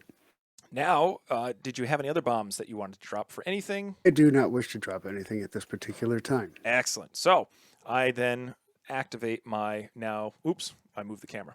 I activate my Green Squadron pilot, who is now hurt and injured. He is doing the classic, the gorgeous. Actually, I don't know if it's classic, but I think it is. The Talon roll. You've seen it in the movies by Poe Dameron. Basically, you take a 3-turn and you execute it as normally. So that's technically me turning this way. But then after you've completed that, you rotate it 90 degrees facing the direction you came from, and you align it with the center line, as this is right here. And then you get to decide to move it all the way back, all the way forward, or leave it in the middle. In this case, I'm going to go all the way backwards with it. And there's my ginormous S-foils there. It was more for me than it was for you. I know, right? So that executes. It is a red maneuver, and we talked about that earlier. That assigns me 1 stress token. I can't perform an action anyways because Robert threw that chafe cloud at me. And then on top of that, it was a red maneuver. I'm stressed, and I can't perform actions anyways. So that's that for his maneuver. I then, I believe, move my I3 next, correct? Because I have yeah. the initiative. All right, so we're going to move Mr. Yavos, which is going to be a 4 straight blasting in here. We're just going to take a normal focus. We're not going to stress ourselves out, and we're going to stay right there. Because I did a blue maneuver, I was stressed, but I now may remove Not 1 stress token. anymore. Yeah, I can remove that stress token because I did a blue Now maneuver. Leon's getting larger. Which allowed me to take the focus action. All right, so those are my I3s. You now get to move your 3s and 4s, which is basically your entire list. Can I really? Thank you so much. And then you'll realize where I screwed up. This will be fun for you. Well, I mean, this is a great way to cover more rules. This is the fun part. Yeah. So if you're moving green, which is your first order. Oh, no, you're moving him first. Oh, no, Yeah. Robert ran over his own chafe cloud. But there's a reason. Oh, there's a method to his madness, everybody. Yes, there is. So he can't perform any actions. So he's done there. Basically. And okay, so now we go down to my I'm not even going to bother goblin. assigning a jam token to you, but jam tokens, they do look like this. You can put them next to your ship to signify that you can't do anything. Oh, okay. And this is good. I bumped there, which is what I wanted to do. So in this new edition, bumping causes effects. So, Robert, you have to, because you overlapped or bumped your own ship here, you roll 1 die. Wait, I gotta hit the R button. Yeah. Sorry. Do it again. Just no. Make sure you roll it because I think it No, was just that's what I rolled. okay. It just didn't So roll. you suffer 1 damage. It's not a crit. So on a hit or a crit, you suffer 1 damage on the first order cadet, and then you skip your perform action step because I mean you hit. Yeah, I your like own the old rules better. yes. Robert's referring to the old rules to where you could bump your own ships. There was no negative side effects, but they were like, you know what? So We're what sick and happens if tired. I bump into you? If you bump into me, you get to Yeah. take a focus action if you would like, and if you do take the focus action, you are assigned a stress token. So it's good because you still get to take the focus action to protect yourself, but you do get stressed for it because you also are trying to. But I don't get a damage. You don't get a damage, no, for running into me. Because it's. And if Yeah, go ahead. yeah, that makes perfectly good sense. Well, so Okay. no, If you hit yourself, take a damage, maybe. the way that they Don't said, get an action, don't or get a focus, the don't way get that it nothing. works. But if you hit another ship who's an enemy, Stop! I'm trying to hey, explain the roll a die. rules. So I am explaining the rules in my no, own you're not. Be special nice. way. Be nice. When 2 ships are against each other, they're When 2 enemies. ships pass They're in the flying night. against each other or behind each other. You're not trying to hit each other. You're trying to shoot at each other and you outmaneuver one another. So when you do overlap or bump, it doesn't mean you smashed into each other. It just means you are not in the optimal position to do anything about it.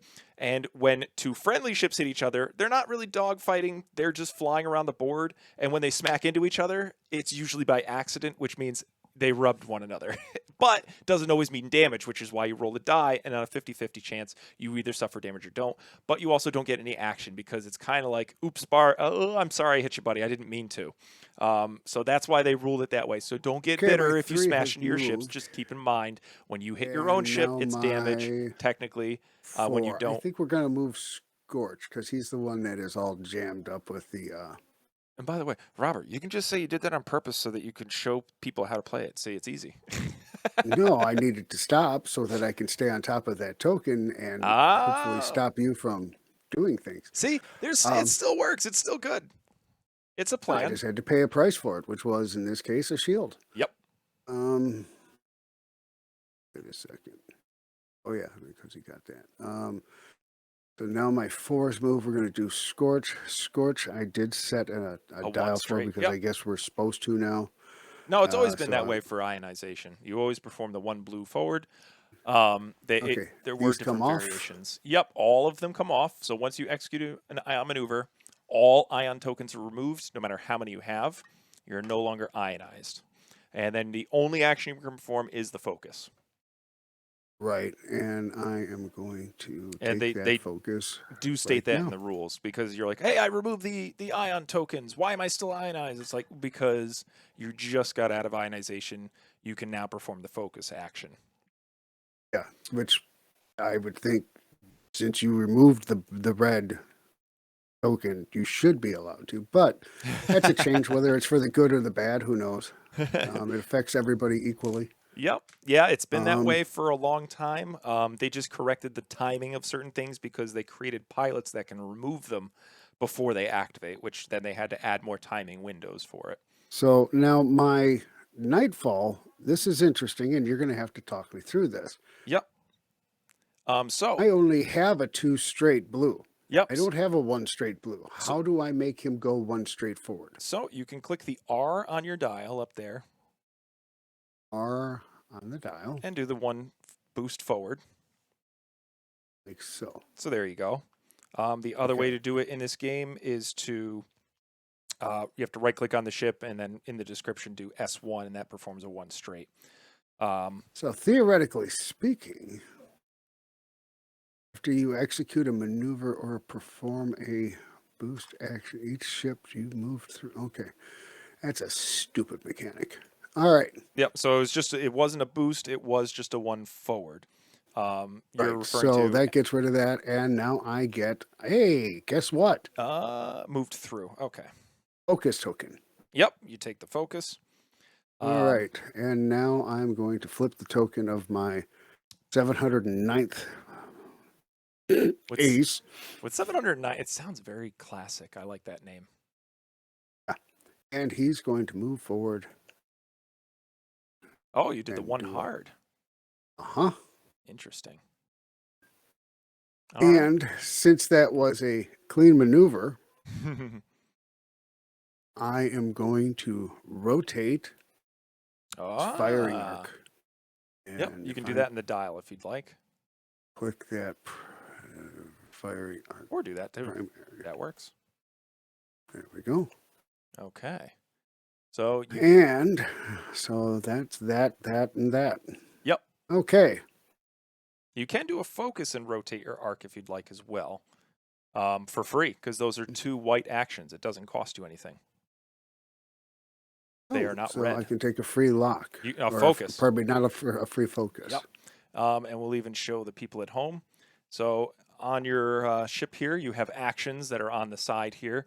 This in this case, this has the focus action, and then there'll be an arrow pointing to the right that shows you additional actions you can do besides the one that you really like. So the one on the left is the one you can do standard. Then the one on the right is the one that you can add if you'd like. Some of So I them, did that backwards. yeah, that's I fine needed though. to apply focus first, Yep, then into the exactly. okay. Some of them will have a white action to red, which means it costs you a stress, or you have to take a stress as well as performing that action. So it'll be a white focus, and then let's say it goes into a linked red lock, which that means you get the lock, but it causes you to become stressed. Yep. All right. So that is all of your guys. I now get to activate my Zori Bliss, which I'm almost positive Zori is going through that cloud as well. Oh, actually landing directly on it. So I get to skip my perform action step. And I am also jammed. What happens if you land on a rock now? So if you land on an obstacle, it's 1 damage, and then you roll a Okay. die to see if you suffer another damage on a hit or a crit. And then you also skip your perform action step. If you fly over an obstacle, meaning you start on one side, execute it, and land on the other side, but your template passes through it, you still suffer damage. Roll to see if you suffer another, but then you still get to perform an action if you would like. I think we did something wrong. Why? What'd you do? We always do stuff that's wrong. An electro chafe cloud is an obstacle. Yes. I needed to roll for damage. Nope. Each obstacle has its own set of rules. So this is specifically when talking about the asteroids. That's 1 damage and then roll for damage. We read the card for the Chafe Cloud. It removes all the lock tokens you have assigned to you and also assigned to other pilots, and you get a jam, and then you skip your perform action step. Okay, so it's an obstacle, but not like a rock obstacle. Exactly, because there are other obstacles in this game, and each one of them has a different set of rules. So some of them will stress you out and roll for a damage. Some of them will cause you to become jammed, but don't suffer any damage. Like so, each one of them has its own set of rules. All right, so my Zari has gone. It can't do any actions, so it just sits there. And then we have Poe Dameron left. Poe is going to do the 1 straight, which allows me to clear out my stress. And Poe is then just going to take a nice focus because honestly, I'm already having the lock on you, so I'm safe there. And I don't need to stress myself out for another action. So there we go. Also, I did spend my 2 charges, and I've only recharged 1 of them, which I'll cover at the end phase again because that is another step to the game. All right. Right. Everyone's gone. There are no bombs, so we just start shooting. Yeah. So, Poe, what are you gonna do? Oh, Poe, baby. Range 1 Poe. into, Poe. who is that over there? That is Scorch. Yes. All right. So with that, again, it's primary, which is 3 attack. And then I get an additional die because it's range 1. I get additional 2 dice Yeah, because yeah. I'm just that cute. Yeah, so it's range 1 with the range ruler from Poe to Scorch. So I get Obviously. 4 dice because we're so close. I get to shoot you really good. All right, so I'm going to spend my lock, which I had earlier, Hope you blank. and that thing comes off there, and then this one comes off here. Yeah, you hope I blank. I And really do. a lock. Did I just delete my die? Yeah, I did. Yeah, you did. It's okay. I can grab a different one. Here's the blank here. So the target lock again lets me re-roll any dice I want. However, I'm just going to choose the blank and roll that one. Comes up a hit. And then I can spend my My focus. focus to make that a hit. Do Exactly. whatever else don't you got something else that'll do something even better? Do you want me to? But no. I, I do not, well, sir. normally No, I don't have I'm anything more. better. I do have advanced optics, but that really doesn't help me in this situation. What? Did you roll two? Oh, he rolled two blanks.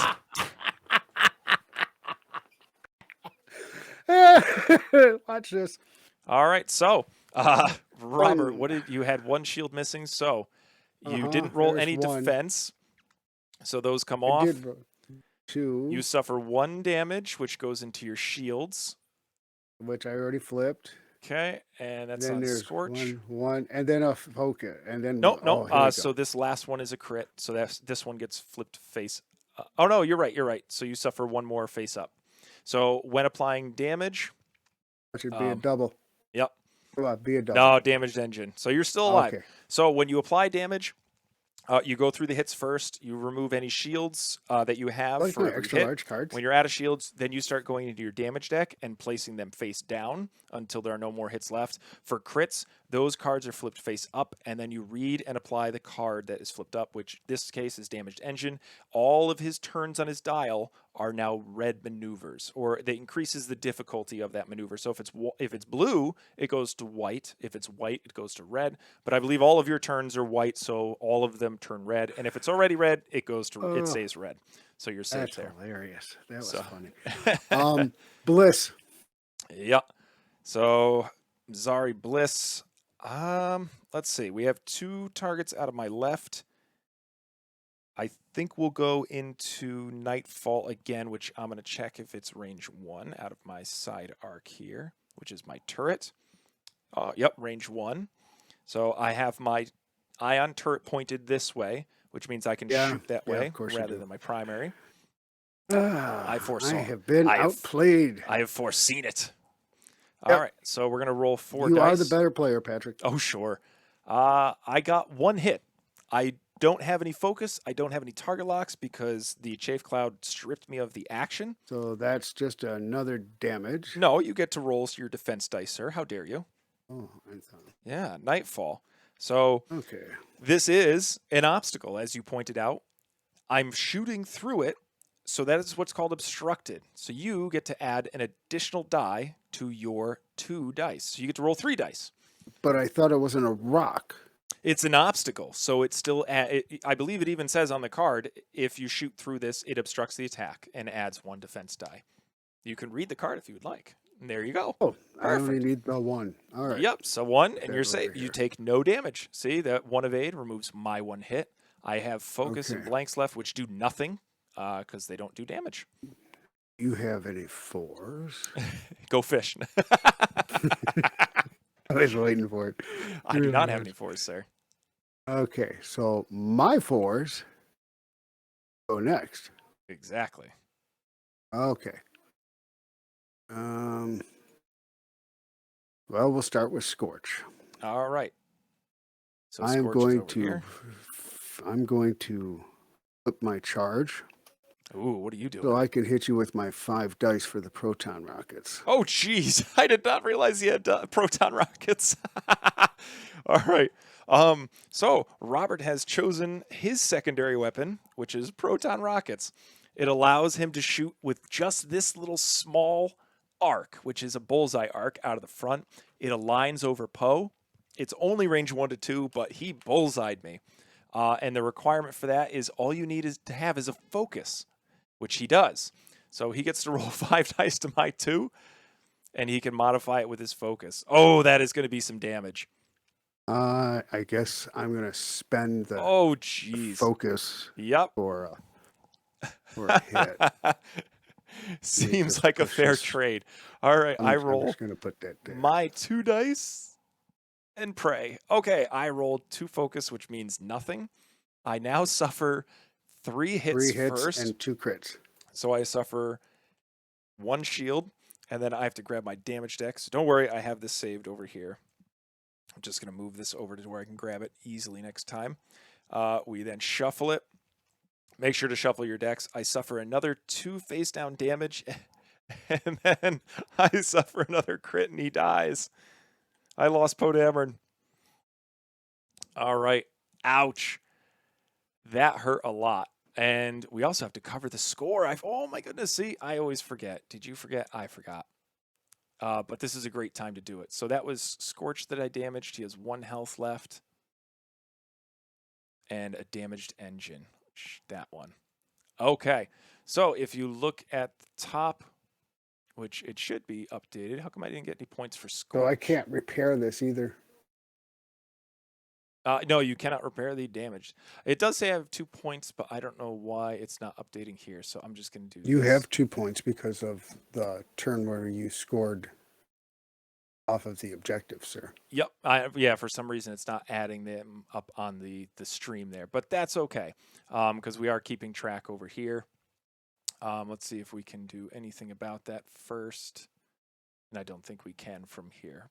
Let's do, 1, 2. You scored 2 points in the turn earlier. I got 2 points from Scorch. So in this scenario over here, I scored half points on Scorch.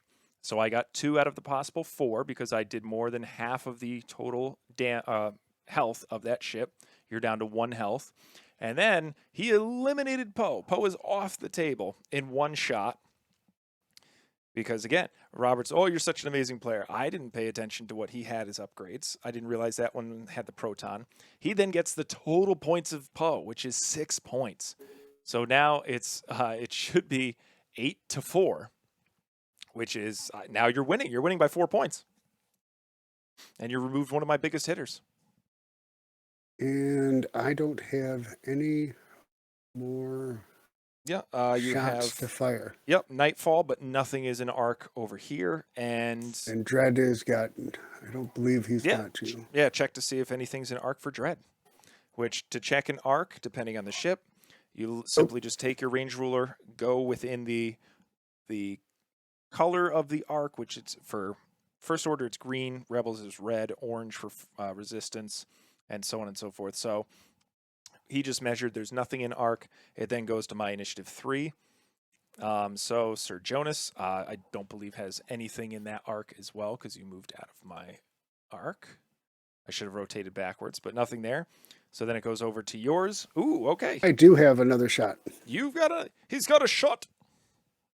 I have a range 3 into Yavos. Exactly. And don't say it's only 2 dice, so it's easy, and don't worry about it because you've been rolling 2 hits consistently this whole game. All right. Oh, is that 2 crits? Did you seriously just roll 2 crits? Robert's running away with this game. This comes times for your natties. You missed one. I know, I did. Don't worry about it. I was supposed to roll all 4. All right, so I still got 2 evades, so I luckily dodged it. And who's the gentleman that bumped? I believe that is First Order Cadet. Yeah.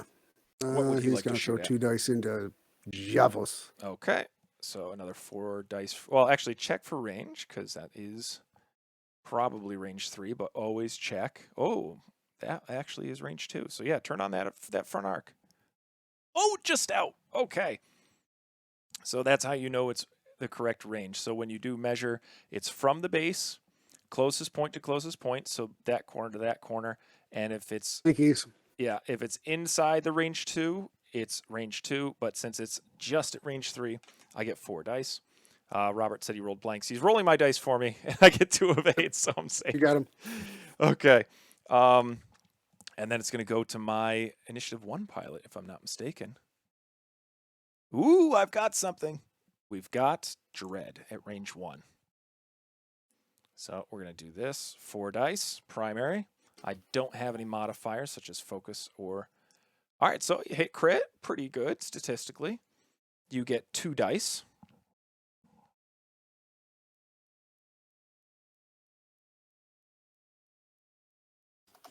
There it is. Ooh, okay. So you suffer. Into Dread. Yep. So in this case, the hit or the evade cancels the hit, which leaves 1 crit left on the table, and I believe Dread only suffers the shield there. Yep.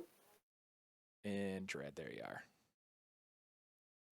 Oh, it's because I didn't pick a scenario. That's okay, though. Okay, so my proton torpedo. Total, yeah, 6. Yeah, and I have a total of 4. All right. Yeah, and you spent your proton torpedo on Scorch. Put that so let me charge update the right board here. there. Yeah, and that one only has 1.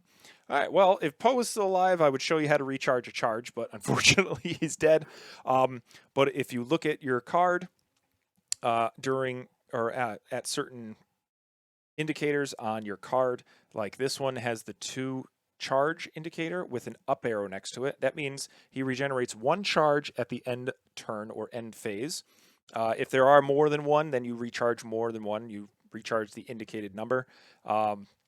You won't really see them on shields or hull or anything like that because in standard there's really nothing like that. But there are cards that let you recharge charges if you don't have that arrow, or shields and stuff like that as well.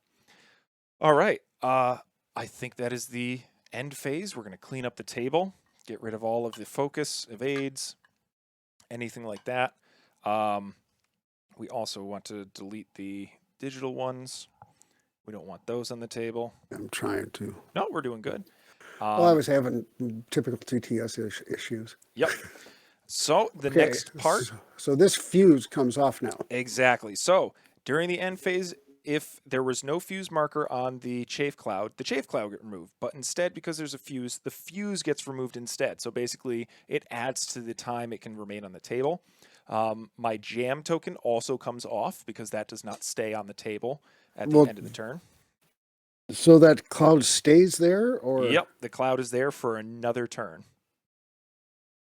Okay. So yeah, you probably will be flying through it. We also now go to scoring, sir. So this is going to be interesting because we check range 1 of. Oh, did it turn on? I tried to. I know I clicked it and then it didn't. Oh, you're trying to do it at the same time I am, you son of a gun. All right, you do it. Stop touching it. All right, so you have 2 ships to my 1, so that means you score the point for that one. So that's an additional point for you. You get 2 points here and here. Yep. So I get this one for my A-wing. I get this one for my T-70. So that's 2 points to me. And now you get this one here. One over there. So you are scoring a lot more points than I am. And it's now 10-6. And then we head into the next turn. Yes. Let's turn off. Can we turn that off? I don't even know how to. Oh, there we go. Perfect. All right. So my Poe is dead. Pour one out for Poe. Sure. Yeah. Okay. I'll do that right away. My Let's list. see. Mr. Green. We'll do this. And I'm Zari. I'm not Zari. That was funny. Right. I've got jokes. Don't worry about that. Got tons of jokes. I know you do. I'm high in your jokes. Yeah. Okay, and we'll do that. Oh, I'm not supposed to have the stress token, but see, that's what we get for not showing. But my Blue Squadron is stressed. My Zari and my Yavos are not. All right. I'm all set when you are. Let me know. Just to cover a few more things. So when you are playing an opponent, just make sure all your dials are set and flipped face down. That way you know you're ready. And I like to ask if my opponent's ready. Sometimes it does come off as, rushing or telling the person to hurry up. That's not the case. It's just to make sure that we can start the next turn. Or sometimes there are lulls to where you both are standing there and nothing's happening. And then you realize, oh, are you all set? Oh, yeah, I've been set for minutes. Oh, shoot. Okay. And then you start flipping tiles. So just keep that in mind. And as of right now, I mean, I'm having a blast playing this version. Robert's learning as well as I am because we're making great mistakes when it comes to actual strategy or gameplay. But let's look back at the table because we have Robert over here grabbing this objective every turn. Robert can grab this one with the 1 health ship over here because it doesn't matter how much health you have on a ship, it can grab an objective. And then, like, there's a huge glob and mess over here of me trying to seize this side of the board. So there is a lot of strategy to this match. Okay, so You ready? as ready as I'm gonna get. All right, let's start turn 4. All right. I don't know what this dial is. There's the dial that's unassigned. Is this anything? No, it's nothing. All right, In I'm fact, going to before we delete do it that, I'm gonna do this, Okay, I've deleted it. and then I'm gonna hit. All right, let's roll for first player.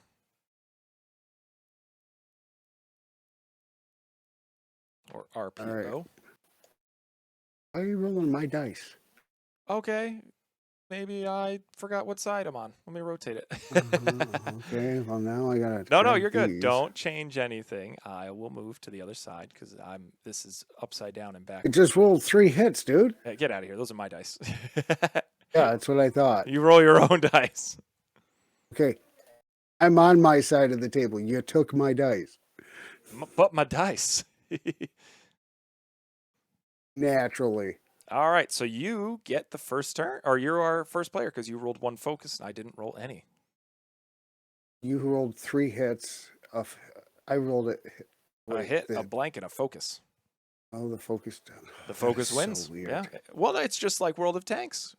Did you roll any criticals? Hurts my brain. Did you roll any criticals? Okay. No, neither of us did. Okay, who rolled any focus? Did you roll focus? Yes. All Okay, right, I didn't roll any. You get first player. Your one goes first. So it's systems phase. It would go in ascending order. So your lower initiative pilots get to activate or do any systems phase shenanigans because the only one that can do anything during the systems phase is my Zari. And All right. so you can Red do any of your systems phase, which I know the bombers can boost during the systems phase and drop bombs if they'd like to. I'm good with everything. All right. My Zari is definitely going to be dropping a bomb. So in order to drop a bomb, you take a 1 straight template and you align it out of the back of your ship, which in my case is a straight 1. And then you take your bomb template, which let me go grab that real quick. Do Y-Wings have to have that special addition onto them to assign a bomb anymore? Because I know, like, at one time, Y-Wings, you had to have an upgrade card that would allow you to carry a bomb, which made absolutely no sense to me. So if you go to the YASB app or the document online on Atomic Mass Games, it shows you everything that the ship can come with as far as upgrades. There is nothing on the card that tells you what is allowed to be used on your ship. The other thing is certain pilots have other abilities that the same ship chassis. So, I mean, Zori has certain upgrades that another Y-Wing in the Resistance doesn't have. So there are going to be some Y-Wings that don't have bomb slots on them because that pilot didn't take any bombs in the movies or it wasn't fitted with bombs. So keep that in mind. What kind of bomb did you drop? That is a concussion bomb. What does it do? So a concussion bomb, as it goes off, it checks range 1. Anything within range 1 of that bomb applies a face-down damage card. That even if you have shields. So it says apply a face-down damage card. If you take I believe a strain, it stays face down. If you decide not to, it gets flipped face up. So it can do some really good damage. Wait, so it gives me a face down card, which stays a face down card until I say, give me a strain, and then it flips it up? Why would I take a strain to flip a card up? No. The other way around. You take a strain, it stays face down.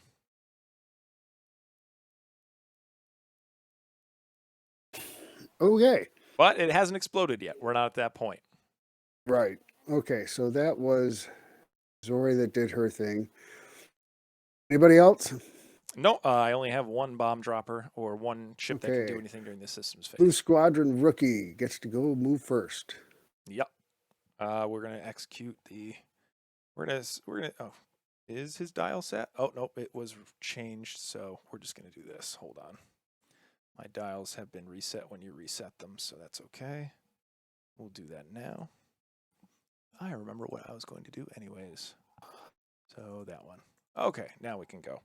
So we flip the dial, and then we execute the maneuver. One straight. Oh no, I bumped myself. Ow. So I roll a die. If it's a hit or a crit, I suffer a damage. Ooh, I do. So the blue squadron suffers a shield, which, there we are. It's okay. He's got 2 more. Yeah, he's got plenty to spare. And then I skip my perform action step, so I don't get to perform an action. All right. My 3s would go before your 3s. Yep, because you have the initiative. And I do clear my Right. stress token as well. That comes off. Because I performed, So even though I we bumped, will- I still performed a blue maneuver. I get to remove the stress token. Okay, so that's a flip. Yep. It's Ooh, a a one move, hard. He really wants to that stay near is- that objective. And that's a Stressy Stresserton. Stressy Stresserton. And then red. I am the law. Exactly. He's going to do that. All right. So And yep. You hold on. No, you don't get an Yep. action. You went through the chafe cloud. Or actually, I'm sorry. So this is excellent. You already started on top of the chafe cloud, meaning you are overlapping it already. Okay. Your guides, or if you were to place a one bank template there, goes through this obstacle. So you actually don't suffer the effects of that object, because you can't suffer the same effects by overlapping something if your template goes through it again, which is great. That's actually a really cool thing. And the same thing with, all the rocks as well. If you've landed on an obstacle and your template goes through it again, you don't suffer the effects. If you go overlapping that obstacle and land on another, then you do suffer those effects. Okay. So you actually do get to perform your action. And my action, that was blah, blah, blah, blah. Yeah, Mr. Dread. Blah, blah, blah, blah, blah.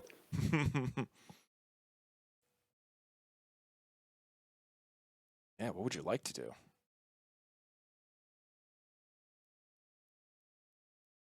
I'm going to take the bomb. You got no choice. I want that objective. All right. I mean, you can boost. You'd still be within range one of it, more than likely. But I don't think you'll get out of range of the bomb, no matter No. what. So if you'd like, you can take a focus, a lock. You can do whatever you'd like. I'll just take a focus. I'll just Perfect. take a focus. All right. Your And then other I3, sir. Or no, you already did the I3. Your I4. Or no, my I3. See? We your always get I3. things wrong here. Flip this. We're going to do the 2 hard here. I knew that would clear, so we got that going for us. And then we are just going to, let's see, we got Predator, Starboard Slash, and Advanced Optics. We'll just take the focus here because that's all we're really able to do with this gentleman. Here we go. Focus. All right, your 4s then are next. Okay, my 4 is next. We're going to move Nightfall.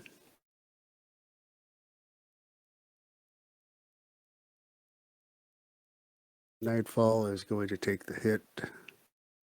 He will take a focus.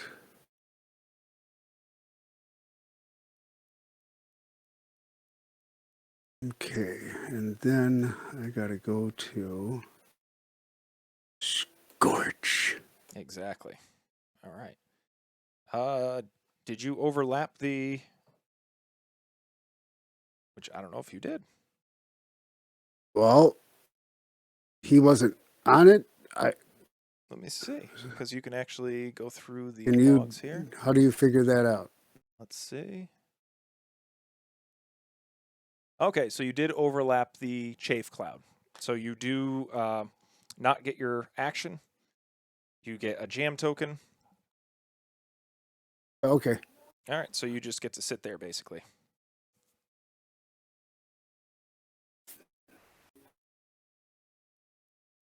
All right. Your other I4s? Or one more Well, I4 there? Scorch just moved. Okay, so that guy goes there. Scorch will stay there, Exactly.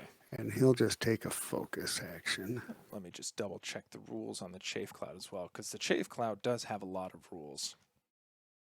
Yes.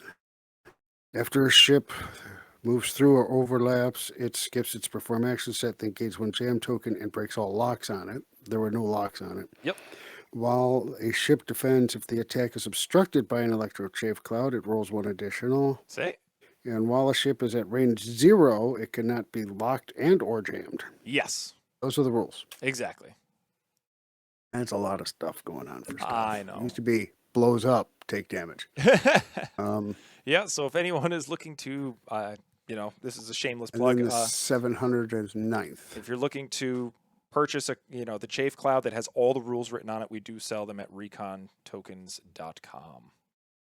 All right. And we are going to. Okay. So now we start the combat phase. So I'm going to start a shoe sting. The bomb does blow up first, though, so we can check for that. I'm pretty sure that I hit myself. Yep.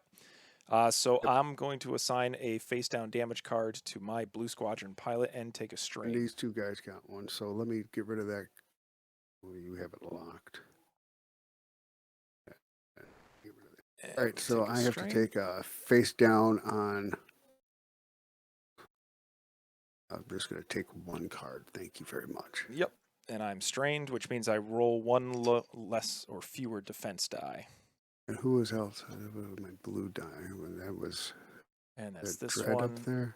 We've got Nightfall, which took another one. And then you've also got. Well, you killed him. Ooh, Dread or Nightfall? Dread. Oh, Dread. No matter what, even if I turn it up Yep. or turn it down or whatever, he's just dead. Oh, I forgot he had that few of damage on him. Okay. Okay. So I'm able to get Dread. He's 4 points, so I get all 4 points for that. And then I'm. Okay, he comes off the table. And then I've got to find a deplete token and put that there so I can keep this face down. Yep, Nightfall has only. How many damage does Nightfall have on him?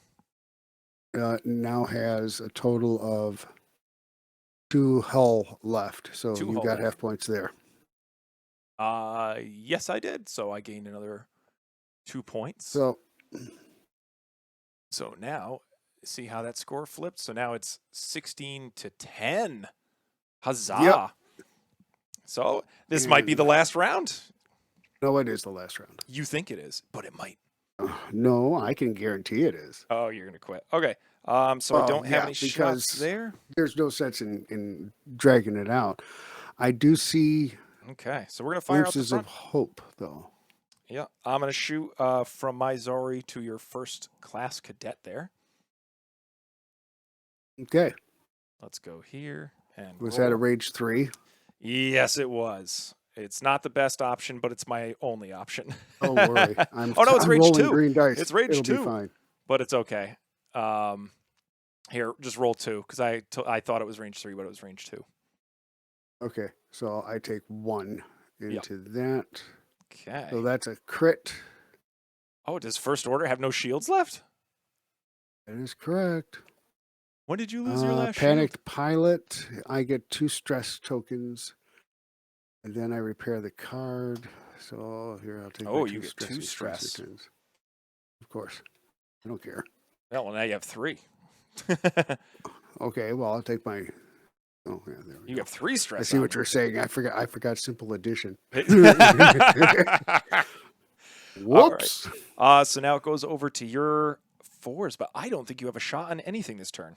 I got nothing there. I got nothing there. I got nothing there. Let's add up the points. I got. No, how dare you? I have shots, sir, and I am taking them. Okay. All right, so my A-Wing is going to shoot at your Nightfall, which it gets 2 dice. So we're going to roll 2. Yeah, I will spend it for hitting a crit. So hitting crit, you do get 3 dice for Nightfall because it is through this obstacle. And I think Nightfall only has 2 health left. Oh, natties! Easy. Okay, and then last but not least is going to be out of the front here from my X-Wing.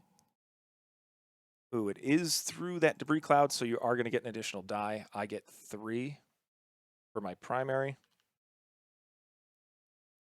2 hits, sir. So you get 3 defense. Oh, no! That is a dead Nightfall. Congratulations. Yep. So that would make it 18. If we go to the end of the round, I believe. You got a check point here. 18, 19. Yep. So I get all 3 of these, 20. which makes me Yep, 21. you're good. Congratulations. So let's go over that as well. So 21, you're going to get 2 points, which makes you at 12. For some reason, it's delayed. Okay. So that's the end of the game because as soon as one of you hits 20 or more points and your opponent doesn't have the same amount of points or more, the game ends and a winner is declared, which I was able to really lucky hits and a bomb over here that was able to kill your ship. And yeah, I mean, great game, Robert. That's an amazing first game. It was a game. I see. Oh, man. I can't say that I'm thrilled. What, yet. with the results? Oh, with the game. There's flashes of happiness, and there's kind of hard thinking parts, and Oh, then yes. there's like pain. I don't know how I truly feel about it yet. I will play it a few more times to get more comfortable with the mechanics and how. I mean, we still got 3 other different scenarios that we've got to play with at some Yep. point. And also different You know, factions. Because and different factions and all that. So I guess I'm gonna have to play the game like 18 times to decide whether I like it or not. True. So there's other factions, And, there's other lists. Also, this was a generated and no list. K-Wings. And no So K-Wings. that's even easier You because, didn't why generate have your happiness list. when you cannot? It was generated for you, so that's also added to it. So if you're a new player and you're like, you know what, I didn't get it. I'm very. It's like, well, what did you buy? What did you first play? Did you Yeah. overload your ships with so many upgrades that you couldn't keep track? So this is why we wanted to do it this way. A lot of my ships had very limited abilities, and so I didn't have to trigger all of them. I could have. Same thing with yours. There was one card that you're like, I just don't like it, so I'm not going to even bother using it, which could have been beneficial down the road. There was also cards that you didn't know what they really did, so you didn't pay attention to them. Which was the fun part. Like that was the first time I laid an electro chafe missile. I'm like, yeah, might as well. Yeah, and you launched it. You accidentally ran over it, but that's how you learn. Was. That's how you're going to expand on this game. And you might find out that more ships with less upgrades is better for you. So you might go that route as well. So, Well, according to my history, put it that way.